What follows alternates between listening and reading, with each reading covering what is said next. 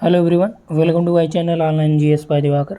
तो यहाँ पे हम लोग भारत के भूगोल का ये एक मैराथन वीडियो होगा जिसमें लगभग 200 प्रश्नों को हम लोग सॉल्व करेंगे। और ये 200 जो प्रश्न होंगे ये अलग से कहीं से आपको नहीं प्रोवाइड कराया जाए ना, बल्कि आपका जो यूजीसी नेट का प्रीवियस ईयर में पूछा गया है। और आप देखते हैं कि जो आगे आगामी जो आपका परीक्षाएँ हैं, जैसे 12 को आपका है, तो अभी सेंटर आ चुका है, तो आप लोग सेंटर चेक कर लीजिएगा। ठीक, कल तक हो सकता है एडमिट कार्ड भी अपलोड हो जाए, तो एडमिट कार्ड भी वहाँ से आप डाउनलोड करके देख लीजिएगा। सेंटर थोड़ा सा दूर भेजा है, फ़िलहाल आप इसका टेंशन न लीजिए, क्योंकि परीक्षाएं कम से कम करा तो रहा है। और यहाँ पे हम लोग जो बात करेंगे कुल 200 प्रश्नों की का यहाँ पे डिस्कशन होगा। और यहाँ से आप देखेंगे आपकी परीक्षाओं में जो प्रश्न आएंगे इसी के इर्द गिर्द पूछे जाते हैं। तो कई प्रश्नों का हम लोग स्पीड में थोड़ा सा चलेंगे यहाँ पे, क्योंकि यहाँ पे इस वीडियो का पर्पज़ केवल ये है कि आपका टोटल जो सिलेबस है ज्योग्राफी ऑफ इंडिया का उसको रिवाइज कराना। ठीक, तो इसलिए इन प्रश्नों को आप ध्यान से देखिएगा। पहला प्रश्न दिया गया कि बाढ़ रक्षित बस्तियां निम्नलिखित में समान रूप से कहाँ पे मिलती हैं? डेल्टा में, पहाड़ी क्षेत्र में, मरुस्थल में, वृक्षाय प्रदेश में। तो यहाँ पे देखिए राइट आंसर जो हो जाएगा, जो कमीशन ने दिया यानी यूजीसी ने, जो आपका एनटीए ने जो आंसर दिया था वो आपका डेल्टा राइट था। हालांकि ये जो बस्तियाँ होती हैं इस तरह की, आपकी दो टाइप की होती हैं। एक होता है आपका ड्राई पॉइंट सेटलमेंट होता है, और दूसरा होता है वेट पॉइंट सेटलमेंट। ठीक, ड्राई पॉइंट का मतलब कि शुष्क बिंदु बस्तियाँ, और वेट पॉइंट का मतलब आर्द्र बिंदु बस्तियाँ। तो शुष्क बिंदु बस्तियाँ यानी कि जो दलदल या बाढ़ वाले एरिया में स्थापित की जाती हैं, वहाँ पे जो ऊंचे स्थान होते हैं, जैसे पहाड़ी क्षेत्र हो गए, मरुस्थली हो गए, ये आपका कटक जो होता है, कटक हो गए या ऊंचे स्थानों पर ये बनाई जाती हैं ड्राई पॉइंट सेटलमेंट। जो वेट पॉइंट सेटलमेंट होता है ये क्या होती है, ये शुष्क क्षेत्रों में पाई जाती हैं। यहाँ समझिएगा, ड्राई पॉइंट सेटलमेंट ये आपका नम वाले क्षेत्रों में होता है, और जो वेट पॉइंट सेटलमेंट ये आपका शुष्क वाले क्षेत्रों में। तो शुष्क जैसे मान लीजिए मरुस्थल है, यहाँ पे कोई नदी बह रही है, तो यहाँ पे जो नदी किनारे यहाँ बस्तियाँ बसाई जाएंगी, इसे क्या बोला जाएगा? इसे बोला जाए वेट पॉइंट सेटलमेंट, यानी आर्द्र बिंदु बस्तियाँ। लेकिन यहाँ मान लीजिए कि आपका कोई दलदल क्षेत्र है, इन दलदल के बीच में मान लीजिए यहाँ पे आपका कोई ऊंचा पहाड़ है, या इसके आसपास यहाँ पे कोई आपका कटक वगैरह हैं, तो यहाँ पे जो बस्तियाँ बसाई जाएंगी उसे ड्राई पॉइंट सेटलमेंट कहते हैं। ठीक, शुष्क बिंदु बस्तियाँ, यानी कि शुष्क बिंदु का मतलब कि ये जो दलदल है इसके बीच यहाँ पे क्या है, शुष्क पॉइंट है, यानी सूखा क्षेत्र है जहाँ पे बस्तियाँ बसाई जा सकती हैं, तो ये ड्राई पॉइंट सेटलमेंट हो गया। वेट पॉइंट में कि भैया यहाँ पे नमी की पर्याप्त आवश्यकता है, तो झील हो गया, तालाब हो गया, नदी हो गई, इसके किनारे जो बस्ती बनाई जाएगी इसके आसपास क्या हो, मरुस्थल हो या शुष्क एरिया हो, तो उसे क्या बोला जाएगा? Wet point settlement. ये यहाँ तक क्लियर हुआ। तो परीक्षा में आपसे इस तरह के प्रश्न संभावित हैं पूछे जाने। और दूसरा प्रश्न यहाँ पे देखिए जो दिया गया है, और यहाँ पे देखिए आप लोगों का कोर्स भी अवेलेबल है, तो आप लोग उसे ज्वाइन कर सकते हैं। नंबर यहाँ पे हम लिख दे रहे हैं, यहाँ आप कंप्लीट कोर्स प्राप्त कर पाएंगे। इस पर आप व्हाट्सअप करिएगा तो वहाँ पे आपको कंप्लीट डिटेल मिलेगा। सभी टेस्ट वगैरह भी चल रहे हैं, टेस्ट सीरीज भी आपको मिल जाएगी। चलिए दूसरा प्रश्न देते हैं, निम्न में से कौन सा कथन सुधारोत्तर काल यानी पोस्ट रिफॉर्म पीरियड में कृषि वृद्धि में मंदी के बारे में सही है? कृषि में सार्वजनिक और सामान्य निवेश में मंदी है, खेत का घटता हुआ आकार, नई प्रौद्योगिकी विकास में विफलता, क्रमिक भूमि सुधार। ठीक, यहाँ पे कह रहा है कि पोस्ट रिफॉर्म पीरियड में जो कृषि क्षेत्र में या कृषि वृद्धि में जो मंदी आई थी उसके बारे में, उस मंदी का क्या वजह, मेन रीज़न था कि पहले ये था कि कृषि में सार्वजनिक और सामान्य निवेश में मंदी थी। ठीक, दूसरा ये कि जो जोतों का आकार था, जैसे पहले क्या था कि जब 4 भाई एक साथ रहते थे तो ये मान लीजिए 2 बीघे का प्लाट था, जब ये चारों अलग हो गए तो क्या हो गया, ये सबका आधा आधा डिवाइड हो गया। तो ये भी आपका क्या है, कृषि वृद्धि में जो मंदी है उसका एक मेन रीजन आप इसको कह सकते हैं। ठीक, अगला देखिए यहाँ पे दिया है कि नई प्रौद्योगिकी के विकास में विफलता, ये भी सही है कि कृषि में मंदी का ये भी एक मेन रीजन रहा है। क्रमिक भूमि सुधार, क्रमिक भूमि सुधार की वजह से क्या हुआ, कृषि में मंदी नहीं आई बल्कि क्या हुआ, और ज़्यादा ग्रोथ देखने को मिला। तो यहाँ तक क्लियर हुआ, तो राइट आंसर यहाँ पर डी हो जाएगा। 3 नंबर देखिए, निम्न में से कौन सा नदी हिमाचल से होकर नहीं बहती है? ब्यास है, चिनाब है, झेलम है और रावी है। तो कौन सी नदी हिमाचल से होकर नहीं बहती है? ब्यास, चिनाब ये बहती हैं, वहीं से ही इनका वो होता है। रावी भी है। झेलम आपका जैसे ये आप देखेंगे, ये आपका क्या हो गया? जम्मू कश्मीर है। यहाँ से आपका झेलम ये वाला बॉर्डर यहाँ से पकड़ते इधर चली आती है। हिमाचल आपका जो है यहाँ पे आता है, तो इसलिए इसमें ये प्रवेश नहीं करती हैं। ठीक, यहाँ तक क्लियर हुआ। और यहाँ पे देखिए किसी एक प्रश्न में कहीं त्रुटियाँ हों तो आप निश्चित तौर पे कमेंट करिए, क्योंकि 200 प्रश्नों को सॉल्व करना पड़ेगा। तो इसमें हो सकता है कि मानवीय भूल विद्यमान रहती है। तो आपको कहीं भी कोई डाउट लगे तो आप निश्चित तौर पे कमेंट करिएगा। कोशिश ये करिए कि उसको एक बार आप रीचेक कर लीजिए। आपके पास बुक होंगी तो किताबों में आप चेक कर लीजिए, और यहाँ पर आपका पेपर का नाम भी लिखा है कि कब ये पूछा गया था। अगला देखिए, भारतीय मानसून की अरब सागर शाखा और बंगाल खाड़ी शाखा निम्नलिखित में से किस क्षेत्र में इनका विलय हो जाता है, यानी आपस में मिल जाते हैं? पंजाब और हिमालय से लगा हुआ क्षेत्र, मध्य भारत में, उत्तर पूर्व भारत के राज्य में, पश्चिमी घाट में। चलिए, ये आपका क्या हो गया? ये आपका दक्षिण भारत होएगा। इधर से कौन सी आएगी? अरब सागर शाखा आएगी। और यहाँ से आपका कौन सी जाएगी? बंगाल की खाड़ी शाखा आएगी। बंगाल की खाड़ी शाखा यहाँ पे आपका, और इधर बाइफरगेट हो जाती है, जो चेरापूंजी और मासिनराम में पर्याप्त वर्षा भी प्राप्त होता है इससे। और ये वाली कहाँ जाती है? अपना उत्तर का विशाल मैदान यूपी में वर्षा करते हुए आगे बढ़ती है। और इधर से अरब सागर शाखा है, यहाँ से होते हुए, और यहाँ पे चूँकि पड़ जाती बीच में अरावली की पहाड़ियाँ। ठीक, इसके बाद ये क्या करती है? यहाँ से पंजाब और हरियाणा, यानी हरियाणा से होते हुए पंजाब, और इधर ये आगे आती है। तो ये हिमाचल और पंजाब के आसपास एक दोनों का मिश्रण देखने को मिलता है, यानी कि ये यहाँ पे आपका आपस में मिल जाती हैं। तो राइट आंसर आपका इसमें ए हो जाएगा। अगला देखिए, निम्नलिखित में नोडल एरिया कौन सा है, यानी कि जो मेन एरिया होता है, नोडल क्षेत्र उसे कहा जाता है? तो दामोदर घाटी, राष्ट्रीय राजधानी, पश्चिमी घाट, तो इसमें राष्ट्रीय राजधानी क्षेत्र हो जाएगा। एनसीआर जो है ये नोडल क्षेत्र का एग्जाम्पल है। अगला देखिए, इसमें दिया है मिलान करने के लिए आपको, और यहाँ पे है आपका बनिहाल दर्रा। तो बनिहाल दर्रा हिमाचल नहीं, जम्मू कश्मीर में बनिहाल। और इधर आपका कौन सा है? बाड़ा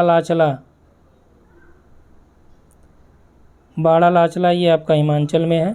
जिलेपला सिक्किम का हो गया। लिपुलेख, माना और नीति लिपुलेख ये सभी कहाँ के हैं? उत्तराखंड वाले हैं। ठीक, तो यहाँ पे विकल्प हम लोग देख लेते हैं। तो विकल्प में आपका जो है डी राइट हो जाएगा, यानी कि 3, 4, 2, 1। ठीक, एक बार फिर से यहाँ देख लीजिए। बाड़ा लाचा हिमाचल, ये जम्मू कश्मीर, जिलेपला सिक्किम, और नाना नीति लिपुलेख ये आपका उत्तराखंड हो गया।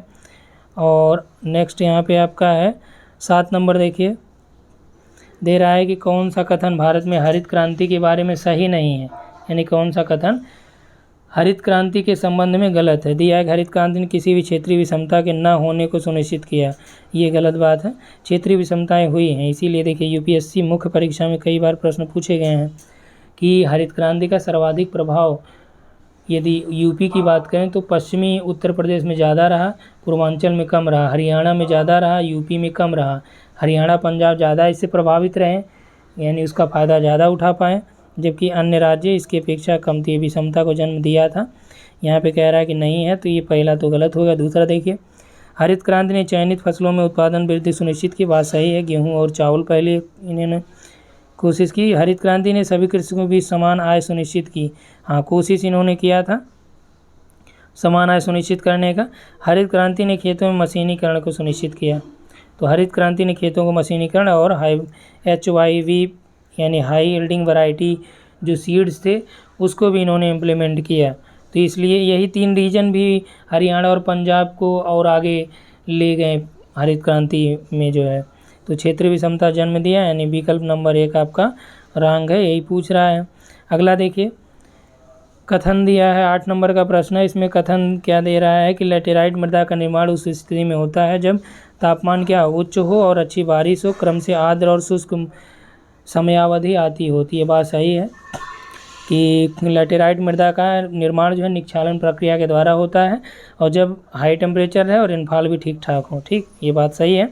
लैटेराइट मृदा काफ़ी फूल जाती है और वर्षा ऋतु में गीली होने के बाद लिसलिसी हो जाती है, सोता जुती हुई मृदा के रूप में इसे कहा जाता है। तो ये सोता जुती हुई मृदा नहीं है, बल्कि काली मिट्टी को इसके अंतर्गत शामिल किया जाता है।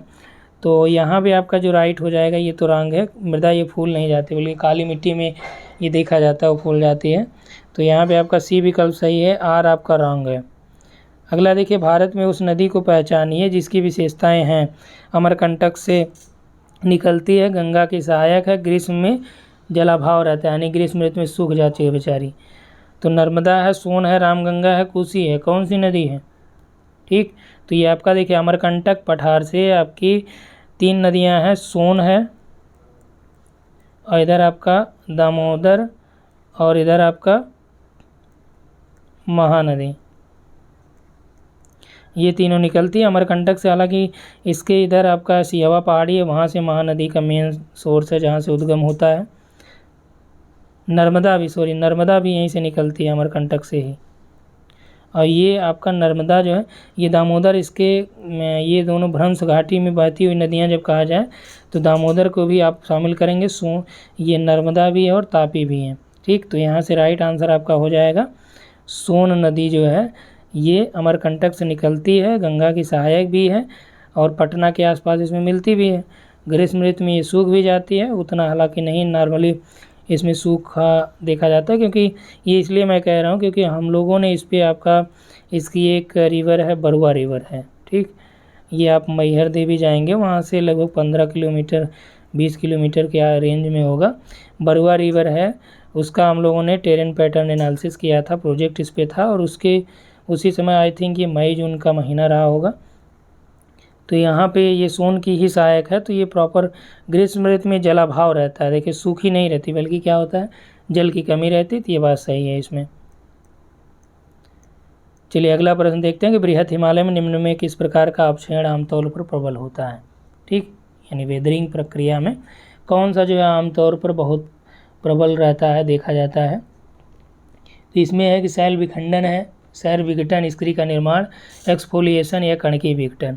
तो एक्सफोलिएशन मतलब अपसल्कन आप कह सकते हैं कि जैसे परत दर परत जब उखड़े, जैसे प्याज है तो प्याज में आप क्या करते हैं उसके छिलके जब निकालते हैं तो उसका एक एक लेयर निकलता है, यही क्या बोलते हैं, इसे अपसल्कन बोलते हैं, एक्सफोलिएशन बोलते हैं। ठीक,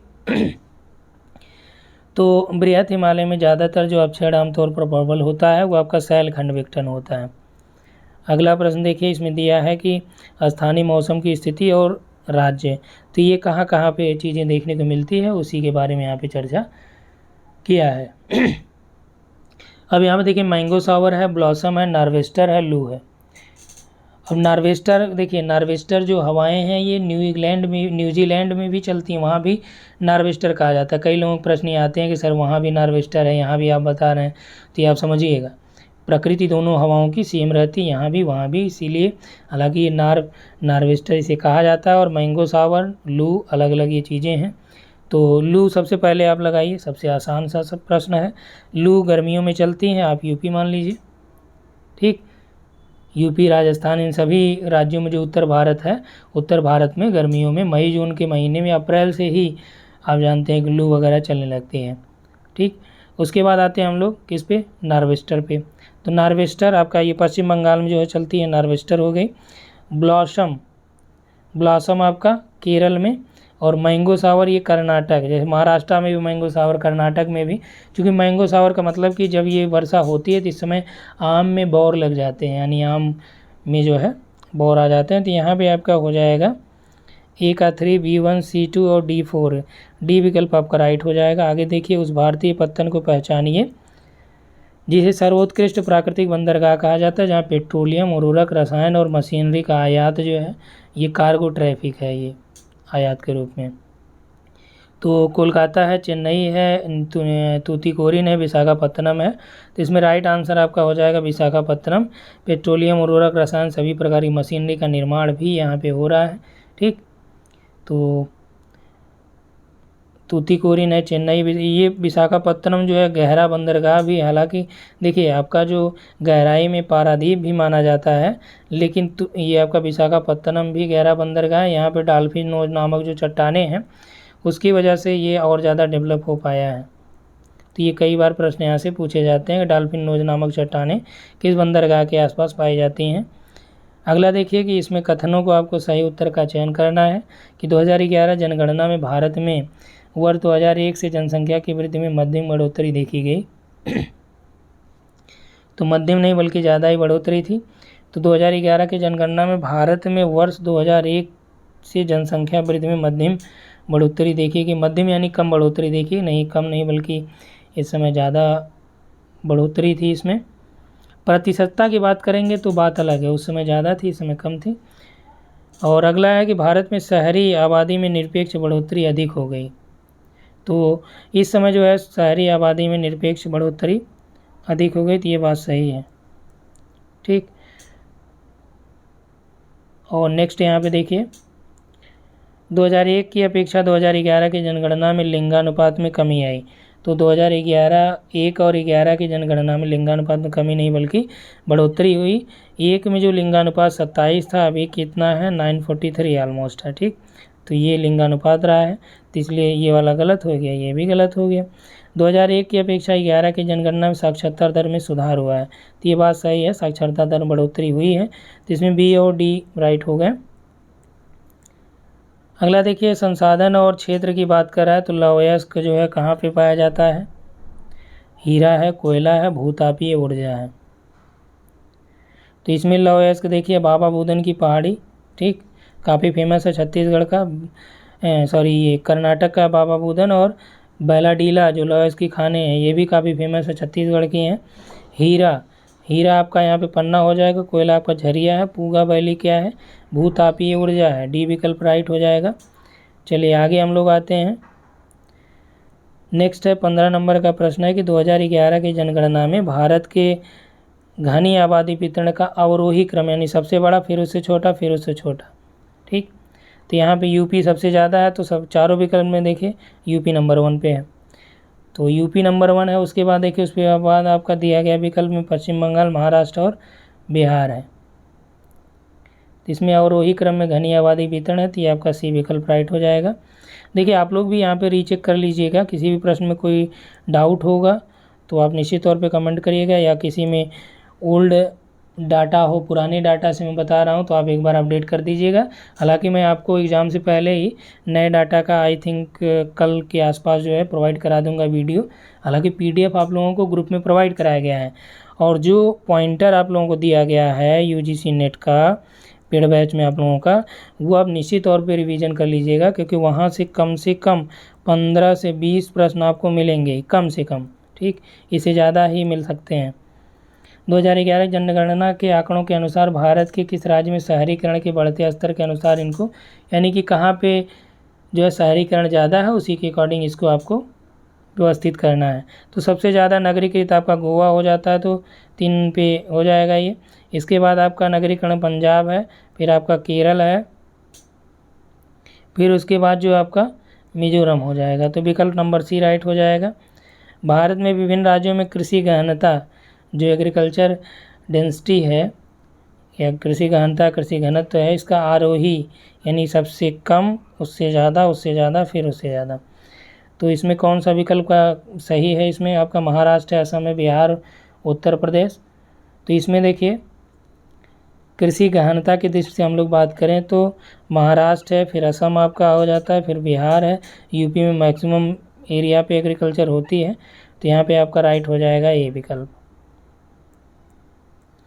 भारत में राष्ट्रीय जनसंख्या नीति जो 2000 में बनाई गई थी, जनसंख्या स्थिरता इसको प्राप्त करने यानी जनसंख्या की स्थिरता प्राप्त करने का लक्ष्य इसका कब रखा गया है? तो ये लक्ष्य है 2045। ठीक, इसको बदल दिया गया था, पहले 30 थी फिर इसको 45 किया गया था।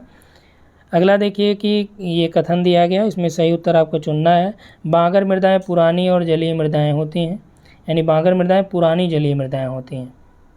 ठीक, तो ये बात सही है कि बांगर मृदा क्या होती है? खादर, और जैसे ये नदी हो गई तो नदी के पास की जो मृदाएं हैं ये खादर कही जाती हैं, जो प्रायः बाढ़ युक्त हो जाती हैं, और ये जो पुरानी मृदाएं हैं, बाढ़ पहले यहाँ आता था यहाँ तक, अब यहीं तक आता है, तो ये जो पुरानी मृदाएं हैं ये बांगर कही जाती हैं। ठीक, ये खादर की अपेक्षा कम उपजाऊ होती हैं, तो पहला तो राइट हो गया। दूसरा देखिए बांगर मृदाएं बार बार जलमग्न होती हैं, तो गलत है। हमने यही बताया आपको कि यहाँ पे बाढ़ का पानी बांगर में नहीं पहुँच पाता, कहाँ तक रहता है? खादर तक ही रहता है, तो ये रंग हो गया। बांगर मृदाएं में सांद्रण और संधियाँ बहुत अधिक मात्रा में, ये राइट है।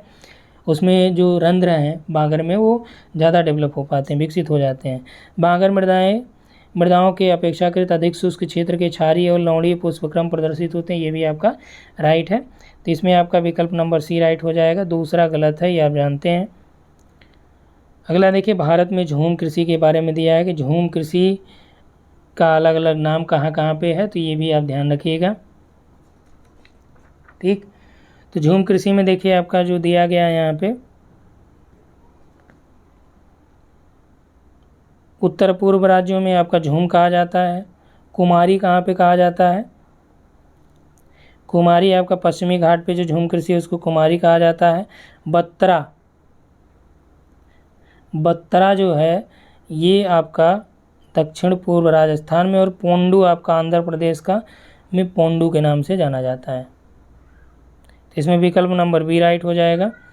आगे देखिए, सिंधु गंगा का मैदान विश्व के सर्वाधिक घनत्व वाले हैं, यानी जनघनत्व वाले हैं, तो ये आपका राइट है, सर्वाधिक जनघनत्व में से एक है। और दूसरा दिया है कि सिंधु गंगा के मैदानी भाग में पर्याप्त जो उर्वर जमीन और पर्याप्त जल भी है। तो कारण भी सही है कथन का, ठीक, सही स्पष्टीकरण भी है, तो ये आपका यहाँ पे राइट हो जाता है। अगला, जम्मू और कश्मीर में निम्न हिमालय क्षेत्रों को समुद्र तल से औसत ऊंचाई के संदर्भ में अवरोही क्रम में, यानी समुद्र तल से औसत ऊंचाई में सबसे ज़्यादा कौन है, फिर उससे कम कौन है, फिर उससे कम कौन है। ठीक, इस अनुक्रम में इसको बांटना है। तो सबसे ज़्यादा ऊंचाई पे आपका काराकोरम है, फिर लद्दाख है, फिर जास्कर, फिर पंजाल है। तो बी विकल्प यहाँ पे राइट हो जाएगा। अगला देखिए, कौन सी नदी भारत के पठारी भाग को मालवा और दक्कन के पठार में विभाजित करती है? तो मालवा पठार है और इधर आपका क्या है, दक्कन का पठार है। इसके बीच कौन सी नदी है? गोदावरी है, महानदी है, नर्मदा है या माही है? तो कौन सी नदी है? नर्मदा जो है ये आपका मालवा पठार, इधर आपका मालवा हो गया, यहाँ से ये बहती है, तो दक्कन का पठार और मालवा को ये एक दूसरे से अलग करती है गोदावरी। और माही आप जानते हैं कि 2 बार इसको काटती है, किसको? कर्क को। महानदी आपका उड़ीसा वाली हो गई, उधर से आपका प्रवाहित होती है, और नर्मदा आपका ये राइट आंसर हो जाए। गोदावरी आप जानते हैं दक्षिण भारत की गंगा इसे कहते हैं। 2011 की जनगणना के अनुसार 5 राज्यों में कुल मुस्लिम जनसंख्या प्रतिशत की हिस्सेदारी अपेक्षाकृत अधिक थी, और इनका अवरोही क्रम आपको देखना है कि सबसे ज़्यादा मुस्लिम आबादी कहाँ पे थी। तो इसमें देखिए अवरोही क्रम में जम्मू कश्मीर हो गया, अपेक्षाकृत परसेंटेज की बात कर रहा है, तो जम्मू कश्मीर है, फिर आपका असम है, फिर आपका पश्चिम बंगाल, केरल, उत्तर प्रदेश। तो ये आपका किस क्रम में है? अवरोही। चलिए आगे हम लोग आते हैं नेक्स्ट में। 25 नंबर पे है कि सर्दी के मौसम के दौरान भारत के उत्तर पश्चिम भाग में किस कारण से वर्षा होती है? तो सर्दी में किस कारण से वर्षा होती है? पश्चिमी विक्षोभ, वही जो आपका भूमध्य सागर से चक्रवात उठता है, पश्चिमी विक्षोभ आता है। सेंसस ऑफ इंडिया द्वारा बनाए गए पारिभाषिक पद सेंसस टाउन की परिभाषा निम्न में से कौन से कथन से सही होगी? तो सेंसस टाउन जनगणना नगर की बात कर रहा है यहाँ पे, ठीक, बहुत ज़्यादा ये टिपिकल वर्ड इसमें देख रखा है कि सेंसस टाउन, ये टाउन, वो टाउन, इस चक्कर ना पड़िए, केवल आप ये समझिए जनगणना नगर। तो जनगणना नगर में क्या बोला गया था कि जो जनगणना नगर वही होंगे जहाँ की 75% जो पुरुष कार्यशील जनसंख्या है, ठीक, ये क्या हो, गैर कृषि कार्यों में संलग्न हो। ठीक, तो यहाँ पे आपका एक तो ये मिल गया। जनसंख्या का न्यूनतम आकार क्या हो? 5000 व्यक्ति, यानी कि वहाँ पे 5000 कम से कम लोग रह रहे हों। अधिकतम जनसंख्या घनत्व 4000 प्रति वर्ग किलोमीटर हो। विद्यमान कुल कार्यशील जनसंख्या का 75% कृषि गतिविधियों में संलग्न हो। तो कृषि नहीं बल्कि कृषियेतर, ये तो आपका रंग हो जाएगा। और यहाँ पे देखिए कि अधिकतम जनसंख्या घनत्व 400 व्यक्ति प्रति वर्ग किलोमीटर हो। तो जो जनघनत्व है वो 400 तो था ही, लेकिन यहाँ पे कह रहा है कि अधिकतम है, तो ऐसा नहीं है। तो यहाँ पे जो आपका राइट हो जाएगा 2 और 3 ज़्यादा सही है, बी ऑप्शन। यहाँ पे देखिए 27 में कि किस पंचवर्षीय योजना के दौरान भारत सरकार के कृषि पंचवर्षीय योजना के दौरान भारत सरकार ने किसी योजना के लिए क्षेत्रीय दृष्टिकोण कब अपनाया? तो क्षेत्रीय दृष्टिकोण जो है कब अपनाया गया था? 8वीं पंचवर्षीय योजना में। पंचवर्षीय योजना आप लोगों को कराया गया तो वहाँ से देख लीजिएगा, क्योंकि बहुत ज़्यादा जाएंगे तो डिटेल में ज़्यादा हो जाएगा। 2011 की जनगणना के अनुसार किसने भारत की समस्त जनसंख्या के उच्चतम प्रतिशत को अभिलेखित किया था? किसने किया था उच्चतम प्रतिशत? अपना यूपी। और 29 नंबर पे देखिए, जनसांख्यिकी विशेषताओं के बारे में बात कर रहा है कि अलग अलग राज्यों की क्या विशेषताएं हैं। हरियाणा है, केरल है, मिजोरम है और उत्तर प्रदेश है। ठीक, तो यूपी का क्या है, हरियाणा का क्या है, यहाँ पे बाल लिंगानुपात सबसे कम है। केरल में क्या है, और मिजोरम है यहाँ पे आपका, फिर आपका है अधिकतम लिंगानुपात आपका कहाँ पे हो जाएगा? केरल है। और मिजोरम है, फिर आपका उत्तर प्रदेश है। तो उत्तर प्रदेश आप जानते हैं कि यहाँ पे आपका जनसंख्या सर्वाधिक है और ये आपका शहरी जनसंख्या का सर्वाधिक है। ठीक, दिए गए विकल्प के अनुसार। तो यहाँ पे जो आपका ऑप्शन हो जाएगा 2, 3, 4, 1 बी नंबर आपका राइट हो जाएगा। जम्मू कश्मीर राज्य में अवस्थित हिमाचल की पर्वत श्रृंखला ऊंचाई के आधार पर घटते क्रम में उत्तर पूर्व से दक्षिण पश्चिम का क्रम आपको देखना है। चलिए, ये आपका हो गया। ठीक, उत्तर पूर्व से दक्षिण पश्चिम क्या हो जाएगा? नॉर्थ है, साउथ है, ईस्ट है, वेस्ट है। उत्तर पूर्व क्या होगा? यहाँ से लेके दक्षिण पश्चिम यहाँ तक, यानी इधर से इधर आपको आना है। एक प्रकार से आप कह सकते हैं ऊपर से नीचे ही समझ सकिए। ठीक, तो यहाँ पे आपका जो राइट आंसर हो जाएगा वो कौन सा हो जाएगा? सबसे ऊपर यहाँ पे क्या हो जाए विकल्प में? लद्दाख, जास्कर, पीर पंजाल और शिवालिक हैं। तो यदि काराकोरम होता तो काराकोरम भी होता।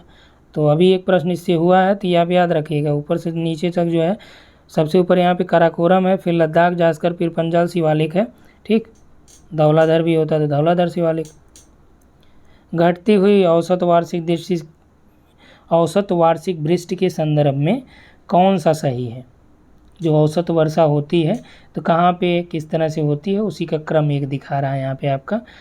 ठीक, तो यहाँ पे देखिए असम है, बिहार है, उत्तर प्रदेश है, हरियाणा है, यानी कि आपको एक क्रम में इसे व्यवस्थित करना है घटती हुई औसत वार्षिक वृष्टि से। ठीक, तो सबसे कम, तो यहाँ पे इसकी अपेक्षा क्या हो जाए? घटती हुई औसत असम में दिए गए विकल्प में असम में ज़्यादा है, उससे कम बिहार में होगा, उससे कम यूपी में, फिर हरियाणा में। तो ये असम, बिहार, उत्तर प्रदेश, हरियाणा राइट हो जाएगा, यानी विकल्प नंबर बी सही हो जाएगा। अगला देखिए, किस भाग में दंडकारण्य प्रदेश है? तो दंडकारण्य वन कहाँ पे है? उत्तर पूर्व में, दक्षिण पूर्व में, केंद्रीय भाग में या फिर आपका उत्तरी भाग में? तो ये दक्षिण पूर्वी प्रदेशों में, यहाँ पे आपका जो है, यहाँ उड़ीसा वाला जो एरिया है दक्षिण पूर्व, यहाँ पे आपका दंडकारण्य पठार है या दंडकारण्य प्रदेश है। विकल्प नंबर 20 में राइट हो गया है। 33 देखिए, 11 की जनगणना के अनुसार किसने नगरीय जनसंख्या के उच्चतम प्रतिशत को देखा था, अभिलिखित किया था? एमपी है, हरियाणा, बिहार और उत्तर प्रदेश। तो नगरीय जनसंख्या के उच्चतम प्रतिशत दिए गए विकल्प के अनुसार आपका यदि देखें तो हरियाणा में ज़्यादा है। ठीक, अगला है कि कौन सा सही रूप में सुमेलित नहीं है? तो लातूर नदी बाढ़ से संबंधित है, नसरी भूस्खलन से है, या कांडला जो चक्रवाती तूफान से, या भुज भूकंप से? तो भुज भूकंप से सही है, यहाँ पे आया था। नसरी में भूस्खलन सही है, कांडला चक्रवाती तूफान से है, ये भी सही है। लातूर डैम है, नदी बाढ़ नहीं आया था बल्कि डैम यहाँ पे टूटा था, इसकी वजह से यहाँ पे, तो यहाँ पे सही नहीं है लातूर वाला। ठीक, अगला प्रश्न देखिए कि अपवाह प्रतिरूप देखना, समानांतर है, पादपाकार है, विकेंद्री है, वलयाकार है। ठीक, वलयाकार का मतलब ये हो गया कि गोलाकार एक आप समझ सकते हैं। अभिकेंद्री का मतलब जैसे ये नदी ये है, यहाँ से निकल रही है, तो यहाँ से मान लीजिए चारों तरफ से ये अभिकेंद्री हो गया। अपकेंद्री में क्या होता है? यहाँ से कोई जाए। ठीक, अभिकेंद्री प्रतिरूप में कोई झील है, यहाँ पे कई नदियाँ आपस में मिल रही हैं। ठीक, समांतर में क्या हुआ कि एक यहाँ से जा रही है, एक यहाँ से जा रही है, तो ये समानांतर प्रतिरूप हो गया। पादपाकार में जो आपके सामने दिखाया गया है, ये देखिए एक आपका क्या है, वृक्षनुमा दिखाया गया है। यहाँ पे देखिए, ये इसकी छोटी यहाँ पे नदी हो गई, यहाँ से एक आग मिल रही, यहाँ मिल रही, यहाँ मिल रही, यहाँ मिल रही, ये देखिए यहाँ मिल रही है, यहाँ मिल रही है। ठीक, तो ये क्या है, ये आपका एक प्रकार से डेंड्रेटिक यानी कि ध्रुमाकृतिक या पादपाकार भी इसे कह सकते हैं। 2011 की जनगणना के अनुसार भारत के निम्नलिखित किस राज्य में न्यूनतम लिंगानुपात दर्ज किया गया? उत्तराखंड, तमिलनाडु, पश्चिम बंगाल, हिमाचल प्रदेश। ये देखिए यहाँ पे जो चीज़ें बताई जा रही है, आपको क्या करना है कि इसको आप देखते चलिए और कोशिश करिए कि एक एक का नोट भी कर लीजिए। मतलब एक बार आप रफली यहाँ पे देख लेंगे कि कहाँ पे किसका है। अब यहाँ पे हम एक एक का बताएंगे, बहुत लंबा वीडियो हो जाएगा, तो आपके लिए कुछ थोड़ा बहुत काम है कि आप एक बार जनगणना 2011 देख लीजिए, PDF भी हमने प्रोवाइड करा दिया है। ठीक, तो यहाँ पे किस राज्य में न्यूनतम लिंगानुपात दर्ज किया गया? तो दिए गए विकल्प के अनुसार पश्चिम बंगाल है। और ये सभी जो मैक्सिमम हम लोग यहाँ पर डिस्कस कर रहे हैं, ये सब आपका ऑफिशियल आंसर की से जो आंसर आए हैं वही हम लोग देख रहे हैं। इसके बावजूद भी यदि आपको लगे कि कहीं हमने गलत बताया तो आप निश्चित तौर पे कमेंट करिएगा, तो आपको उस कमेंट को हम पिन कर देंगे। आगे जो वीडियो बनाएंगे उसमें उस चीज़ को, उस गलतियों को मेंशन कर दिया जाए जहाँ लगेगा कि हाँ यहाँ कमियाँ थी। ठीक, यहाँ पे कह रहा है कि 950 से अधिक लिंगानुपात कहाँ पे दर्ज किए गए? तो आंध्र प्रदेश है, उत्तर प्रदेश, महाराष्ट्र है, आंध्र प्रदेश, उड़ीसा, तेलंगाना। राइट आंसर आपका ये हो जाएगा, आंध्र प्रदेश, उड़ीसा, तेलंगाना 950 से अधिक लिंगानुपात दर्ज हुए। भारत में राज्यों के किस समूह में 2011 की जनगणना के अनुसार देश की कुल जनसंख्या का 1/4 से अधिक जनसंख्या दर्ज की गई? यानी कि इन सबको मिला के कुल 1/4 से अधिक जनसंख्या कौन सी होगी? ठीक, तो यूपी, MP, कर्नाटक को मिला लीजिए तो भारत की कुल जनसंख्या का 1/4 भाग इसी से हो जाएगा। विकल्प नंबर बी राइट हो जाएगा। भारत सरकार द्वारा जो मान्यता प्राप्त भाषा है, कितनी संख्या है उसकी? तो मान्यता प्राप्त भाषा टोटल 22 है। मान्यता प्राप्त का मतलब कि जो भारतीय संविधान में मेंशन की गई हैं, पहले 14 थी, फिर 22 को किया गया था, तो टोटल अब जो है मान्यता प्राप्त कुल 22 भाषाएं हैं। ठीक, और यहाँ पे देखिए धार्मिक समुदाय और उसकी हिस्सेदारी कह रहा है, तो कौन कौन से धार्मिक समुदायों की कितना प्रतिशत भाग जो है जनसंख्या यहाँ पे विद्यमान है? ठीक, तो यहाँ पे कह रहा है ईसाई लगभग आपका 2.3 के आसपास है, और बौद्ध आपका जो है ये 0.7 है, और आपका जो सिख है ये 1.7 है, और जैन सबसे कम है। तो एक चीज़ आप माइंड में रखिए कि जो आपके अल्पसंख्यक हैं मुस्लिम के बाद ये ईसाई वगैरह ही हैं। ठीक, और सबसे कम जो आपके हैं वो जैन महोदय हैं, तो जैन वाले जो हैं सबसे कम हैं। तो यही आप 2 लगाएंगे तो और विकल्प आपका यहाँ पे राइट हो जाएगा, तो यहाँ पे सी सही है। अगला है कि भारत की जो नार्डिक प्रजाति हैं, जो नार्डिक रेस है, कौन सी इसकी विशेषताएं होती हैं नार्डिक प्रजातियों की? ठीक, तो नार्डिक प्रजातियों की जो विशेषताएं होती हैं कि इनका जो कद होता है नार्डिक वो लंबा होता है, चेहरा भी लंबा होता है। तो यूरोपियन कंट्री वाले ज़्यादातर जैसे नार्डिक के अंतर्गत आते हैं, तो इनका लंबा कद होता है, लंबा चेहरा भी होता है। 42 नंबर देखिए यहाँ पे दिया गया है, 1947 में भारत विभाजन से देश में टाउन प्लानिंग गतिविधियों को बल मिला। यहाँ पे कह रहा है कि यदि विभाजन नहीं होता तो टाउन प्लानिंग गतिविधियों में कमी हो जाती है। तो ये बात सही है कि 47 में जो विभाजन हुआ उससे क्या हुआ कि जो शहरी नियोजन गतिविधियाँ थी उसमें बल मिला, यानी उसमें कोशिश किया गया। और तर्क क्या दिखाया कि विस्थापित लोगों के पुनर्वास और उन्हें रोजगार के अवसर के लिए कार्य करने पड़े जो टाउन प्लानर्स ने किए, और इसी वजह से उत्तर भारत के राज्यों में नए शहर बसाने और विद्यमान शहरों में सुविधाएं मुहैया कराने का बड़ा अवसर भी प्रदान किया गया। तो यहाँ पे दोनों सही हैं, यानी ए और आर दोनों राइट हैं, सही व्याख्या भी कर रहा है। अगला है कि कृषि जलवायु क्षेत्रों का सीमांकन करने के लिए किस एक मानदंड का प्रयोग किया गया, जिसे भारत योजना आयोग ने 8वीं पंचवर्षीय योजना के दौरान कृषि योजना हेतु क्षेत्रीय दृष्टिकोण की शुरुआत करने के लिए स्वीकार किया। अब देखिए एक प्रश्न आपने देखा क्या पूछा था, किस योजना में क्षेत्रीय दृष्टिकोण एक्सेप्ट किया गया? अब देखिए प्रश्न से ही प्रश्न पूछा गया है, 2018 में ये प्रश्न पूछा गया ना, 2019 या 20 में प्रश्न बनाया, तो यहाँ पे ये क्षेत्रीय आयोजना कब थी, हमने वहीं पे भी ये बताया आपको 8वीं पंचवर्षीय योजना। अब यहाँ पे कह रहा है कि किस आधार पे बनाई गई थी, ये जो दृष्टिकोण बनाया गया था इसका क्या बेस रखा गया था, ठीक, क्या आधार रखा गया था। तो यहाँ पे आपका जो आधार था वो जलवायु था, फसल प्रतिरूप था, वृष्टि और जल की उपलब्धता थी। अब यहाँ से ये भी समझिएगा योजना आयोग ने कितने एग्रो क्लाइमेटिक रीजन्स बताए थे, तो 15 बताए थे, और आधार कौन से थे? जलवायु, फसल प्रतिरूप, वृष्टि और जल की उपलब्धता। क्लियर। अब यहाँ से आप गलती मत करिएगा। योजना आयोग हो तो राष्ट्रीय राजधानी क्षेत्र की रूपरेखा तैयार करने हेतु किस मानदंड का प्रयोग किया गया। ठीक, तो ऊपर आपने देखा था किस मानदंड का, प्रकार्यात्मक एकता, भू-आकृति, जनसांख्यिकी विशेषता और प्रशासनिक संलग्नता। जो एनसीआर की रूपरेखा तैयार की गई थी उसकी बात चल रही है। ठीक, अगला है कि किस वर्ष महाराष्ट्र में पहली बार आधुनिक सूती वस्त्र मिल की स्थापना की गई। तो आधुनिक सूती मिल की स्थापना पहली बार 1854 कवासी डागर जो थे तो 54 में ये की गई। और आगे है नेक्स्ट क्वेश्चन की सूची 1 और 2 को आपको मिलान करना है। मयूर काशी है, मेटूर डैम है, नागार्जुन सागर है और हीराकुंड बांध परियोजना है। ठीक, तो मयूर काशी या मयूराक्षी नदी पे है, मयूर काशी आप कह सकते हैं, पश्चिम बंगाल में है। और मेटूर डैम आपका ये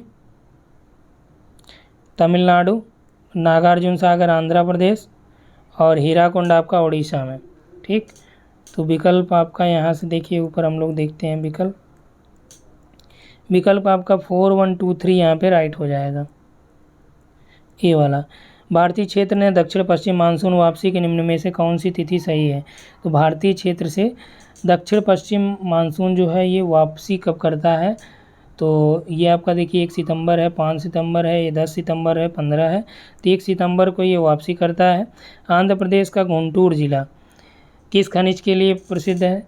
तो गुंटूर में कौन सा अयस्क पाया जाता है, तो गुंटूर जिले में मैग्नेटाइट का अयस्क पाया जाता है। ठीक, ये देखिए डायरेक्ट हम लोग विकल्प पे ही आ रहे हैं क्योंकि मैक्सिमम प्रश्न अभी करने हैं, अभी 50 भी नहीं हुए। वास्तुकार नियोजक ने किसने चंडीगढ़ शहर का मास्टर प्लान तैयार किया। तिल्ली कार्बूजियर महोदय हैं, इन्होंने इसके मास्टर प्लान तैयार किया। कोयले भंडार के मामले में भारत जो है झारखंड का तीसरा स्थान किसके बाद है। तो झारखंड का तीसरा देखिए नंबर 1 पे उड़ीसा है, फिर छत्तीसगढ़, फिर आपका झारखंड है। आदित्यपुर विशेष आर्थिक जोन जो स्पेशल इकोनॉमिक जोन है आदित्यपुर किसके लिए जाना जाता है। तो आदित्यपुर जो स्पेशल इकोनॉमिक जोन है ये आपका ऑटोमोबाइल और ऑटो पार्ट्स के लिए फेमस है। ठीक, अगला दिया है कि कथन और कारक है, भारत अपने व्यापार घाटे को पाटने में सफल नहीं रहा है। भारत जो है ये अपने व्यापार घाटे को पाटने में सफल नहीं है, बात सही है। मूल्य के मद में भारत का निर्यात घटता जा रहा है। तो मूल्य के मद में जो भारत का निर्यात है घटने के बजाय बढ़ रहा है। ठीक, तो विकल्प नंबर 1 ही इसमें सही, ए सही है, आर गलत है। तो यहाँ से हम लोग विकल्प में आते हैं, क्या सही है, सी वाला यहाँ पे सही है, ए सही है, आर गलत है। नेक्स्ट है यहाँ पे 53। 2011 में निम्नलिखित संघ राज्य क्षेत्रों में सर्वाधिक शहरीकृत राज्य कौन सा था। तो सबसे ज़्यादा जो शहरीकृत था वो कौन सा था, लक्षद्वीप, दिल्ली, दमन दीव, दिल्ली, पुडुचेरी। तो ये एनसीआर जो है ये आपका सबसे ज़्यादा जो शहरीकृत राज्य के अंतर्गत शामिल किया जाता है। अब देखिए यहाँ पे आप ये कहेंगे कि इन संघ राज्य क्षेत्रों में सर्वाधिक शहरीकृत था, तो जो एनसीआर है इसमें पूरा दिल्ली आ जाता है और उसके आसपास का जो रीजन है जैसे हरियाणा का भी कुछ क्षेत्र है, अपने यूपी का भी कुछ क्षेत्र है, तो ये सारे क्या हैं वो एनसीआर में आ जाते हैं। अब ऑफिशियल में भी यही चीज़ें थी। तो जो ऑफिशियल में दिया गया, जैसे कहीं कहीं आपको कुछ चीज़ें पूछा जाएगा, जैसे पूछा जाता है सबसे प्राचीन चट्टानें कौन सी हैं, तो एक बार आपका यूजीसी ने क्या माना, अरावली को माना या आर्कियन क्रम की चट्टानों को, फिर उन्होंने बाद में उसी प्रश्न को सेम में धारवाड़ मान लिया। तो अब समस्याएं ये होती हैं, जबकि आर्कियन क्रम की चट्टानें सबसे प्राचीन हैं या अरावली क्रम कह सकते हैं। अरावली जो है ये आपका, यदि आपसे कभी प्रश्न पूछा जाए कि सबसे विश्व की सबसे प्राचीनतम ये है, प्री कैम्ब्रियन इलाके आसपास की है, तो अरावली जो है उत्पत्ति की दृष्टि से तो वलित पर्वत है, लेकिन वर्तमान में स्थिति क्या है, अरावली की अवशिष्ट रूप में है। ठीक, अगला देखिए 2011 की जनगणना के अनुसार किस राज्य समूह की शहरी आबादी 40% से अधिक है। तो 40 से ज़्यादा किसकी है, महाराष्ट्र की, तमिलनाडु और गुजरात की जो शहरी आबादी है। अगला है कि 2011 की जनगणना के अनुसार जो एससी हैं, अनुसूचित जाति हैं, उनकी आबादी का अनुपात सर्वाधिक कहाँ पे रहा है। तो एससी पॉपुलेशन की आबादी का अनुपात सर्वाधिक देखिए लक्षद्वीप, मिजोरम और नागालैंड में रहा है। भारत में कौन सा विषय या कौन सा कार्य जो है ये समवर्ती सूची में रखा गया है। ठीक, तो डाक और तार है, रक्षा है, कीमत नियंत्रण है, बैंकिंग है। तो रक्षा ये समवर्ती सूची के अंतर्गत जो आपका कीमत नियंत्रण है, ठीक, समवर्ती सूची में रखा गया है। और 14वें वित्त आयोग को की सिफारिशों को स्वीकार किए जाने के बाद भारत की केंद्र सरकार द्वारा राज्यों के साथ जो इनका राजस्व का हिस्सा है वो कितना प्रतिशत है, तो ये 42 के आसपास है।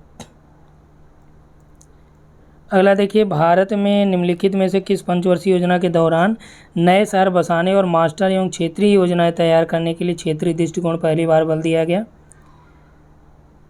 ठीक, कब, तो यहाँ पे देखिए मास्टर प्लान के लिए और क्षेत्रीय योजनाओं के लिए क्षेत्रीय दृष्टिकोण पर पहली बार बल दिया गया था 3री में, और फॉलो किसको किया गया था प्रॉपर तरीके से 8वीं में क्षेत्रीय दृष्टिकोण को। तो देखिए एक ही प्रश्न को 2 तरीके से कैसे पूछा है, तो ये आपको यहाँ पे समझना पड़ेगा, क्योंकि अब जो NTA के प्रश्न है वो आसान नहीं होते हैं कि आप इजीली कर जाएं। अगला है कि NCR के बाहर 5 चुंबक रोधी नगरों की पहचान का प्रमुख उद्देश्य क्या है। तो ये है कि NCR के भीतर और बाहर आर्थिक गतिविधियों के लिए विकेंद्रीकरण के लिए नीतियों को आगे सुदृढ़ करना, आगे और बढ़ाना है, बात सही है। नेक्स्ट है कि NCR के भीतर और बाहर जनसंख्या के विकेंद्रीकरण के लिए नीतियों को सुदृढ़ करना, ये भी सही है। NCR के भीतर और बाहर जो भौतिक और संरचना उपलब्ध कराना है, ये गलत है। NCR के बाहर स्वास्थ्य, चिकित्सा, देखरेख सेवाओं को सुदृढ़ करने हेतु नहीं। तो NCR में जो चुंबक रोधी नगर पहचान की गई है वो NCR के बाहर जो भीतर और बाहर जो आर्थिक गतिविधियां हैं उसको कंट्रोल करने के लिए, जो जनसंख्या की गतिविधियां हैं, जनसांख्यिकी गतिविधियां हैं, उसके लिए, उसकी नीति को सुदृढ़ करने के लिए, यानी 1 और 2 राइट है। भारतीय तट रेखा की लंबाई कितने हज़ार में है लगभग, तो देखिए जनरली ये आपका 75 से 16 के आसपास है, तो 75 से या उसके अधिक हो तो क्या हो 8000 में आ जाता है, लेकिन UGC ने क्या माना था 7000 माना था। तो यही चीज़ होता है कि जब हम लोग ये जानते हैं कि जब कभी 0.5 या 0.6 हो जाता है तो निकटतम में हम लोग इसको क्या मान लेते हैं, इसको 1 आप मान सकते हैं।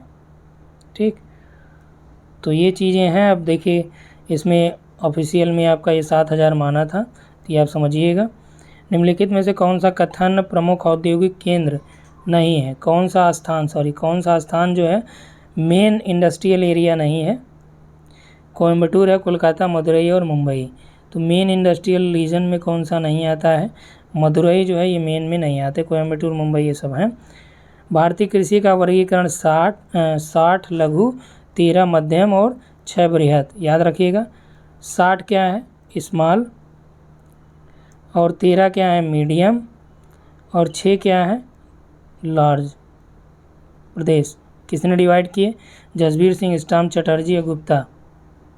P सेन गुप्ता ने ये किया था, तो याद रखिएगा 13, 6, 13, 60। अगला है कि 2011 और 1 के दौरान जनसंख्या की 10 की वृद्धि दर किस राज्य में जो है सर्वाधिक हुई, तो किस राज्य में सर्वाधिक हुई थी, अरुणाचल प्रदेश में। कौन सी नदी डेल्टा का निर्माण नहीं करती, महानदी, कावेरी, कृष्णा, नर्मदा। तो आप जानते हैं ये नर्मदा और तापी हो गए, एस्चुअरी बनाती हैं।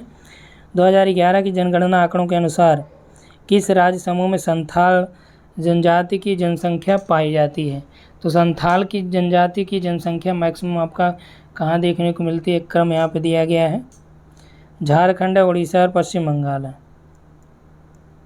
ठीक, अगला प्रश्न देखिए, पनबिजली संयंत्र दिया गया है और मिलान करने के लिए दिया है कि कौन सी पनबिजली संयंत्र कहाँ पे है, किस राज्य में है। ठीक, यहाँ पे कुपली है, दुलहस्ती है, कोयना है, रंगाभेदी है। तो सबसे पहले आप जानते हैं कोयना डैम कहाँ पे है, लातूर, और कोयना ये आपका महाराष्ट्र में हो गया। इसके बाद आपका जो है यहाँ पे कुपली है, रंगाभेदी है, दुलहस्ती है। ठीक, तो दुलहस्ती आपकी जो परियोजना है ये आपका जम्मू कश्मीर में है, तो यहाँ पे आपका जो राइट आंसर हो जाएगा, ये मैच कराइए यहाँ पे। चलिए, पनबिजली संयंत्र है, राज्य है, और विकल्प आपके पास है। पहला हमने क्या मिला है, कोयना है, तो सी का हमने क्या देखा, वन देखा। अब देखिए इसी तरह से आपका क्या होता है, सब मिल जाता है। तो आपको परीक्षाओं में ये चीज़ें ध्यान रखनी है कि मिलान करने वाले बहुत आसान भी होते हैं, बहुत कठिन भी होते हैं। अभी देखिए कोपली और रंगा नदी, ये दे देता, फिर आपका यहाँ से और इन दोनों के अलावा कोई और दे देता जो आप नहीं जानते हैं, तब आपको थोड़ा समस्या हो जाती हैं। लेकिन यहाँ हमने क्या किया, कोयना को महाराष्ट्र से मिलाया, हमारा सभी मिल गया। ये का क्या हुआ, दो हुआ। कुपली असम में है, ठीक। दुलहस्ती आपका ये भी आप जान रहे हैं जम्मू कश्मीर में है, और रंगानंदी ये आपका अरुणाचल। मिट्टी का प्रकार और राज्य दिया गया है, कहाँ पे कौन सी मिट्टी का प्रकार पाया जाता है। ये देखिए अभी 2021 में भी पूछा था इसी प्रश्न। तो मिट्टी पे हमने आपको कल बताया था कि आपको 10 जो MCQ वाला सीरीज चल रही है उसमें मिट्टी का होगा, तो आगे चलेगा, ठीक। तो यहाँ पे जलोढ़ मृदा यूपी में मैक्सिमम है, और लाल मिट्टी आपकी तमिलनाडु हो गई। लैटेराइट है, लैटेराइट केरल में निक्षालन वाला। पहाड़ी मृदाएं उत्तराखंड में हो गई। तो विकल्प नंबर डी राइट हो गए। आगे देखिए, दक्षिण मध्य उच्च भूमि का हिस्सा कौन सा नहीं है। तो दक्षिण मध्य उच्च भूमियों के अंतर्गत किसी शामिल नहीं किया जाता है। महाराष्ट्र है, मालवा भी, विंध्यन भी। दक्षिण मध्य में छोटा नागपुर नहीं है। अगला देखिए कि इसमें भी आपका क्या है, मिलान करना है। और ये LS भट्ट ने जो है आर्थिक क्षेत्रों के बारे में बताया, और कौन सा किस राज्य के अंतर्गत आएगा। ये देखिए बहुत ही आसान सा प्रश्न है। तो यहाँ पे दक्षिण में आपका कौन सा आ जाएगा, मैसूर, तमिलनाडु, आंध्र प्रदेश, ये सभी क्या हैं, दक्षिण के हैं, ठीक। उत्तर मध्य में आपका, उत्तर में उत्तर प्रदेश, मध्य में मध्य प्रदेश। पूरब में, तो पूरब में आपका कौन सा, बिहार, उड़ीसा, पश्चिम बंगाल, असम हो गया। और पश्चिम में आपका महाराष्ट्र और गुजरात हो गया। सेम वही, बस आपको इंडिया का मैप याद होना चाहिए। तो यहाँ पे विकल्प नंबर कौन सा हो जाएगा, डी हो जाएगा, राइट। आगे देखिए, निम्नलिखित लेखकों में से किसने वह मॉडल प्रस्तुत किया जो भारत की दूसरी योजना की रणनीति का आधार बनी थी, ठीक। तो ये किसने दिया था, PC महालनोबिस का है ये। और हेराल्ड डोमार मॉडल ये फर्स्ट का है, ये दूसरी योजना का कौन सा है, PC महालनोबिस है, ठीक। भारत की योजना आयोग की स्थापना किस वर्ष की गई थी। तो योजना आयोग अपना बना था, कब बना था, 1950 में। और योजना आयोग द्वारा पश्चिमी शुष्क क्षेत्रों के रूप में किसे वर्गीकृत किया गया। तो पश्चिमी शुष्क में आपका राजस्थान का शुष्क एरिया हो जाता है। और यहाँ पे देखिए तराई क्षेत्र कछारी जैसी दृश्य भूमि का प्रतिनिधित्व करता है, कथन दिया है, ठीक। तराई क्षेत्र जो है कछारी दृश्य भूमि का, ये राइट है। तराई क्षेत्र अवश्रवण क्षेत्र जहाँ महीन रेत भी होते हैं, गाद और मृत्तिका होते हैं, और कई धाराओं के द्वारा जमा की जाती हैं। तो ये भी बात सही है, और व्याख्या भी सही है। तो ये राइट हो जाएगा यहाँ पे आपका। अगला देखिए 74 में कौन सा कथन सही है, ठीक। 74 में कौन सा कथन यहाँ पे सही दिया गया है। तो हिमालय का निर्माण भूपर्पटी के भ्रंशन के कारण हुआ था। तो ये आपका रॉन्ग है, टेथिस भूसन्नति मानी गई थी। हिमालय प्राचीनतम पर्वत श्रृंखला है, ठीक। तो हिमालय प्राचीनतम नहीं, नवीनतम वलित पर्वत टर्सीरी की है। तो ये भी आपका रॉन्ग हो गया।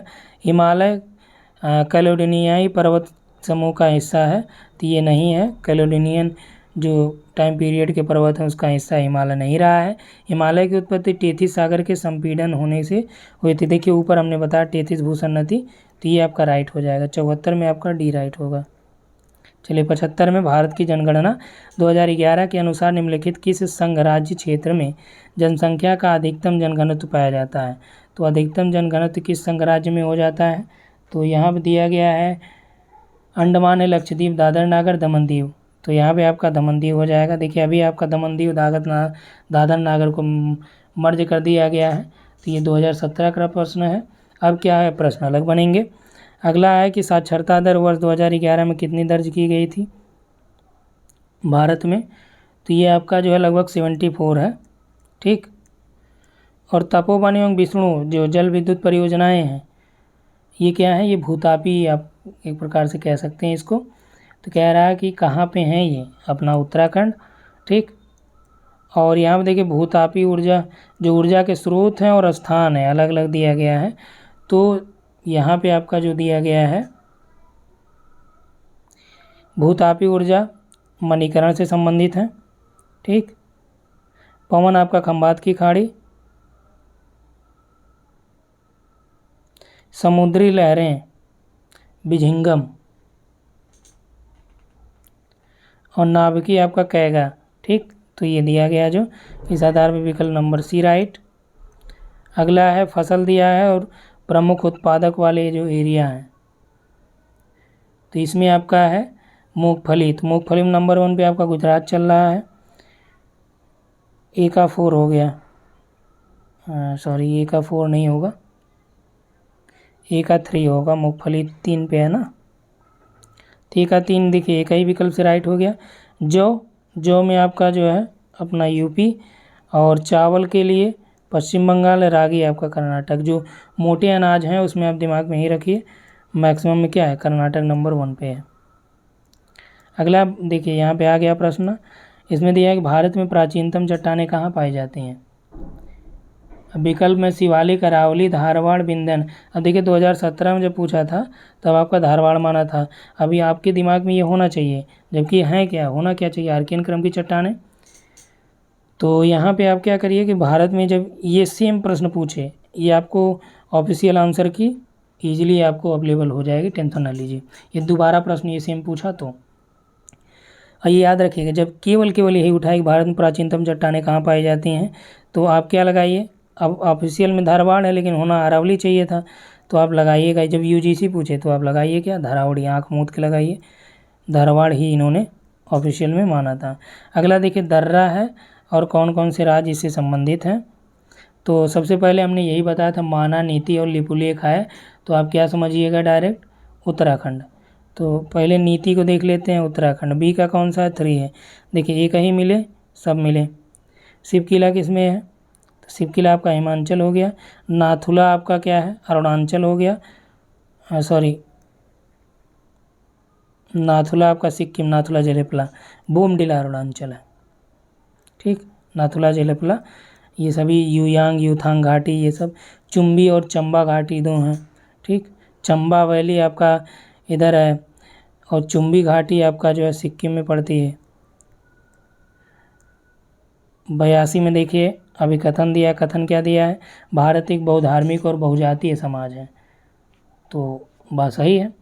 भारतीय संविधान सभी नागरिकों को व्यक्तिगत एवं सामूहिक रूप से धर्म, जाति, लिंग व जन्म स्थान के आधार पर कोई भेदभाव नहीं करता, बात सही है। तो यहाँ पर देखिए आर भी सही है, ए भी सही है, लेकिन क्या धर्म जाति के आधार पर भेदभाव न करने की वजह से भारत में बहुधार्मिक और बहुजातीय समाज हैं? नहीं, संविधान बनने से पहले ही भारत में अनेक प्रकार के धर्म यहाँ थे, अनेक प्रकार की जातीय समाज थे, ठीक। तो हालांकि है तो दोनों सही, तो इसमें विकल्प बी आपका राइट हो जाए, क्योंकि ये सही स्पष्ट रूप से उसको सेटिस्फाई नहीं कर रहा है। अगला है भारतीय प्रायद्वीप को पूर्व की ओर बहने वाली नदियों का उत्तर से दक्षिण की ओर सही क्रम। प्रायद्वीपी में उत्तर से दक्षिण, ऊपर से नीचे आपको सही क्रम में इसे व्यवस्थित करना है, ठीक। तो यहाँ पे दिया गया है जो, तो यहाँ पे आपका सबसे ऊपर कौन सा, स्वर्ण रेखा आ जाएगी, ठीक। स्वर्ण रेखा के बाद आपका महानदी है, फिर आपका यहाँ पे गोदावरी आती है, गोदावरी के बाद यहाँ कृष्णा है, ठीक। कृष्णा के बाद यहाँ पेन्नार है, फिर कावेरी है और लास्ट में आपका वैगई है। तो सबसे ऊपर स्वर्ण, फिर आपका वैगई, इन दोनों के बीच है। तो राइट आंसर आपका बी हो जाएगा। अगला देखिए कौन सा कथन बिहार के पटना शहर और पश्चिम बंगाल के कोलकाता शहर के संदर्भ में सही है। तो पटना और कोलकाता के लिए कौन सा बात यहाँ पे सही है आपका, दोनों क्या हैं, दोनों कोर शहर हैं, वैश्विक शहर हैं, उत्तर औद्योगिक हैं, प्रमुख शहर हैं। दोनों जो है क्या है, ये प्राइमेट सिटी हैं, प्रमुख शहर हैं अपने अपने क्षेत्र के लिए, क्योंकि दोनों राजधानी हैं। कौन सा क्षेत्र दामोदर घाटी क्षेत्र का हिस्सा नहीं है, तो दामोदर घाटी के अंतर्गत कौन सा नहीं है, इसे कोयला रिवर भी कहते हैं, कोयला नदी। दामोदर घाटी क्षेत्र का हिस्सा कौन सा नहीं है, तो इसमें देखिए पश्चिम बंगाल का डेल्टा मैदान ये आता है, और छोटा नागपुर पठार तो है, पलामू भी है। पद्मा नदी, जो पद्मा नदी का डेल्टा है ये दामोदर घाटी से इसका कोई लेना देना नहीं है। ठीक। अगला है कि भारत का अंतर्राष्ट्रीय राजमार्ग NH-48, अब तो इस समय जितने भी नेशनल हाईवे हैं वो क्या कर दिए गए हैं, मर्ज कर दिए गए हैं और सबके नाम बदल गए हैं। ठीक, तो इसलिए बड़ी समस्या है कि इसीलिए इधर कई एग्जाम में आप देखेंगे सबसे बड़ा नेशनल हाईवे यही सब पूछेगा। और आपसे पूछा सबसे बड़ा कौन हो गया है, विकल्प में NH7 रहे तो आप 7 लगाइएगा, लेकिन NH7 और NH44 दोनों रहे तो NH44 को फॉलो करिए, क्योंकि ये नया बन चुका है अभी, क्योंकि इसमें 1 को भी मर्ज कर दिया गया है। तो NH-48 कहाँ से गुजरता है,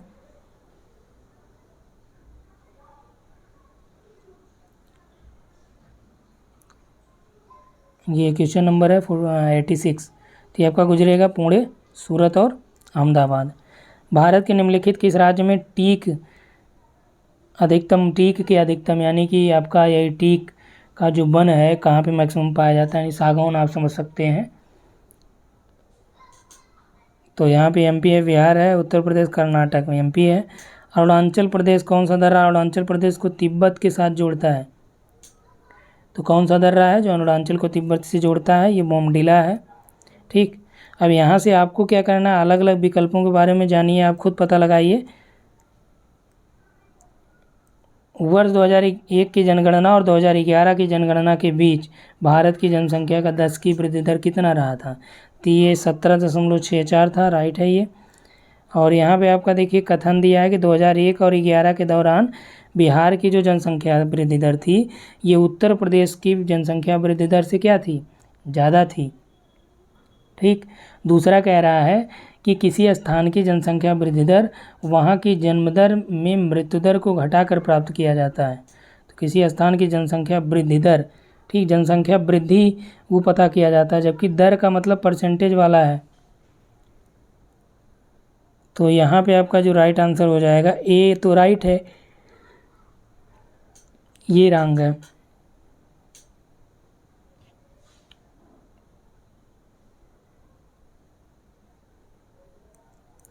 सी यहाँ पे सही हो जाएगा।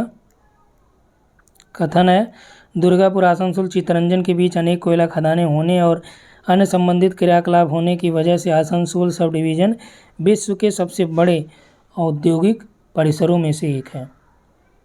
बात सही है। अब नेक्स्ट देखिए, ये तो कथन हो गया, कारण समझते हैं क्या दिए हैं कारण। कारण दिया है कि कलकत्ता महानगर जिला के बाहर आसनसोल सब डिवीज़न में पर्याप्त कोयला भंडार और उसका निर्मम लोहा और इस्पात का उत्पादन और इंजीनियरिंग उद्योग है। तो कारण भी सही है, क्योंकि इसकी वजह से ही ये विश्व के सबसे बड़े औद्योगिक परिसरों के रूप में डेवलप हुआ है या परिसरों के रूप में जाना जाता है। तो यहाँ से विकल्प नंबर ए राइट हो जाएगा। दोनों एक दूसरे की व्याख्या भी कर रहे हैं।